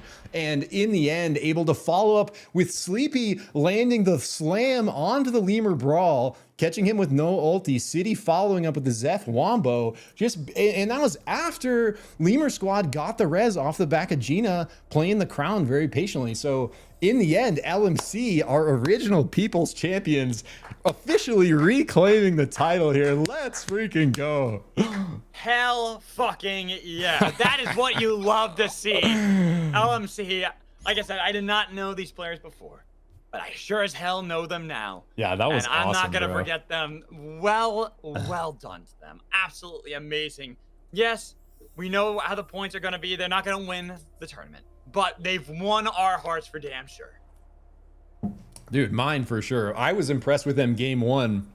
And then we started kind of like focusing on them and talking about them. And the fact that they're able to rally from a couple rough goes, come out with a win on cross country Storm Shift game 6 to close out the tournament. That's the feeling we were talking about, Magical. These guys, you know, thinking they're maybe, you know, playing from behind, coming away with the W SUPERVIVE at the very end. It's got to feel so freaking good. Let's go. And this is what SUPERVIVE is all about, bro. The bottom squad or the sub squad or, you know, the squad that no one is expecting can come out and pop off. All these players being so goated in their own rights and never giving up, finding the W at the end. It's just like, it gives me goosebumps, bro. Such a cool ending to a beautiful draft tournament hosted by our good friend Dylan. Thank you so much, bro. Woo! So I think we're waiting for the points now. We just got to get the points all added up. Alario, as always, the GOAT when it comes to statistics and the GOAT in general. Getting those added Yes, up. Alario, thank you so much for counting, brother. We always appreciate you. So I think still, regardless, like Krillo's team should win. So not those three players, I think, win. They were so far ahead in points when it came to a lot of that. I think that there's not much that can kind of catch up from there, but yeah, we will see what the points. I'm just curious to see kind of where, even if we maybe know who first is, like I'm really curious to see kind of who ends up where everyone else ends up like falling on the kind of list here, because we had a lot of our teams that won games drop games at 12th, like that were, you know, looking really strong, and then we had, you know, some of our other teams that were kind of playing from behind find some really good placements, you know, especially LMC there with the dub at the very end. So it's actually going to be a really interesting scoreboard, even if we know potentially who's at the top. I will say time and time again, this is why I love SUPERVIVE. Yep. You have moments like this that you just don't get with any other game. It's incredible to see, and I love this community. It's so good to see players still playing. Yeah, you know, I like, you had a good point the other day. It's like people have been negative, but this game, the devs, they're doing their damnedest, and we just got to keep supporting them. We got to keep doing what we can to keep this game alive, because honestly, like, I fucking love this game, and I want this game to be around for many, many years to come. Yes, yes. My goal is to be able to play SUPERVIVE in 10 years. And I think we're on the way, and I'm really excited to see kind of what the rest of this year brings with, you know, the little bit of the pivoting we've been seeing from Theorycraft after the launch. So oh, we do got the scoring in. Thank you, Ilario. So let's go with 12th place. Berserker as the team captain does find themselves at the bottom, 19 points, but still amazing to see them come out here and try their damnedest. Right above them is Madly at 11th with 30 points. Height jumping up with 10th place, 55 points. Barely above that is going to be Spy at 9th place with 58 points. 8th place, Tsunami, I'm surprised, is actually technically it's a tie for 7th, because it's City after that huge dub at the end, and Tsunami at 66 points. So I don't know how we're doing tiebreakers here. But then 6th place is going to be Toilet with 73. Jetski, 5th place with 75. Lemur, 4th place with 84. So wins are the first tiebreaker. Oh, okay. So I believe that means that City actually will get 7th place and Tsunami gets 8th.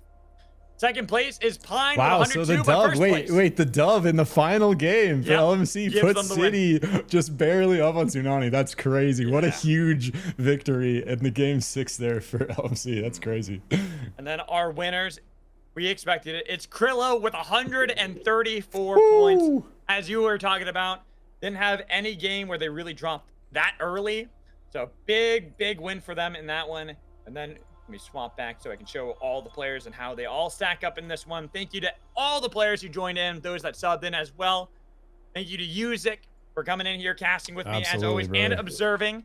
Also, huge shout outs, as always, are always deserved to Dylan for putting on these events for us and making it so we can cast a lot of these games. Does an absolute immense amount of work for this community. Yep. So And then, like I said, all the players, everyone who played here, going from the bottom up, got Atomic and Mista on the same team at 19 points. Road Pizza, Hestia, 30 points.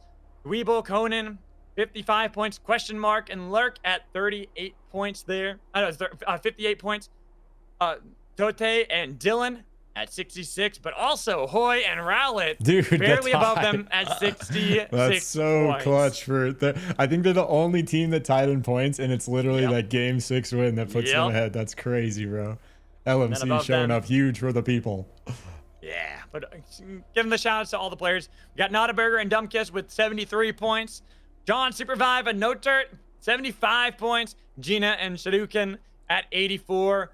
GoRoy and Pisces Paladin at 95. Selfie and Vixie at 102 points, but our winners with Krillo, Misfit, and Incomplete at 134. Thank you, everybody. We appreciate it, and it's always so much fun to be able to cast these games with you, Zik. So I think it is appropriate. Like, this is what I've been doing lately. I don't know how you feel about it, but I've been trying to like raid a lot of smaller Let's do it. streamers when it comes to Supervive. Is there anyone streaming that was playing that's gonna keep streaming? Well, let's see who is streaming right now. Yeah, thank you so much, everyone, for watching. All the viewers, too, with the shout-outs. Like, everyone that's, Lurk gifting the big subs and everyone else just hanging out, watching, supporting. We really appreciate, not only all the players and everyone kind of running things, but everyone hanging out and watching. So, GG's, everyone's so... And, like, again, to the players, you guys are so fun to watch. It's like art form, man. You know what?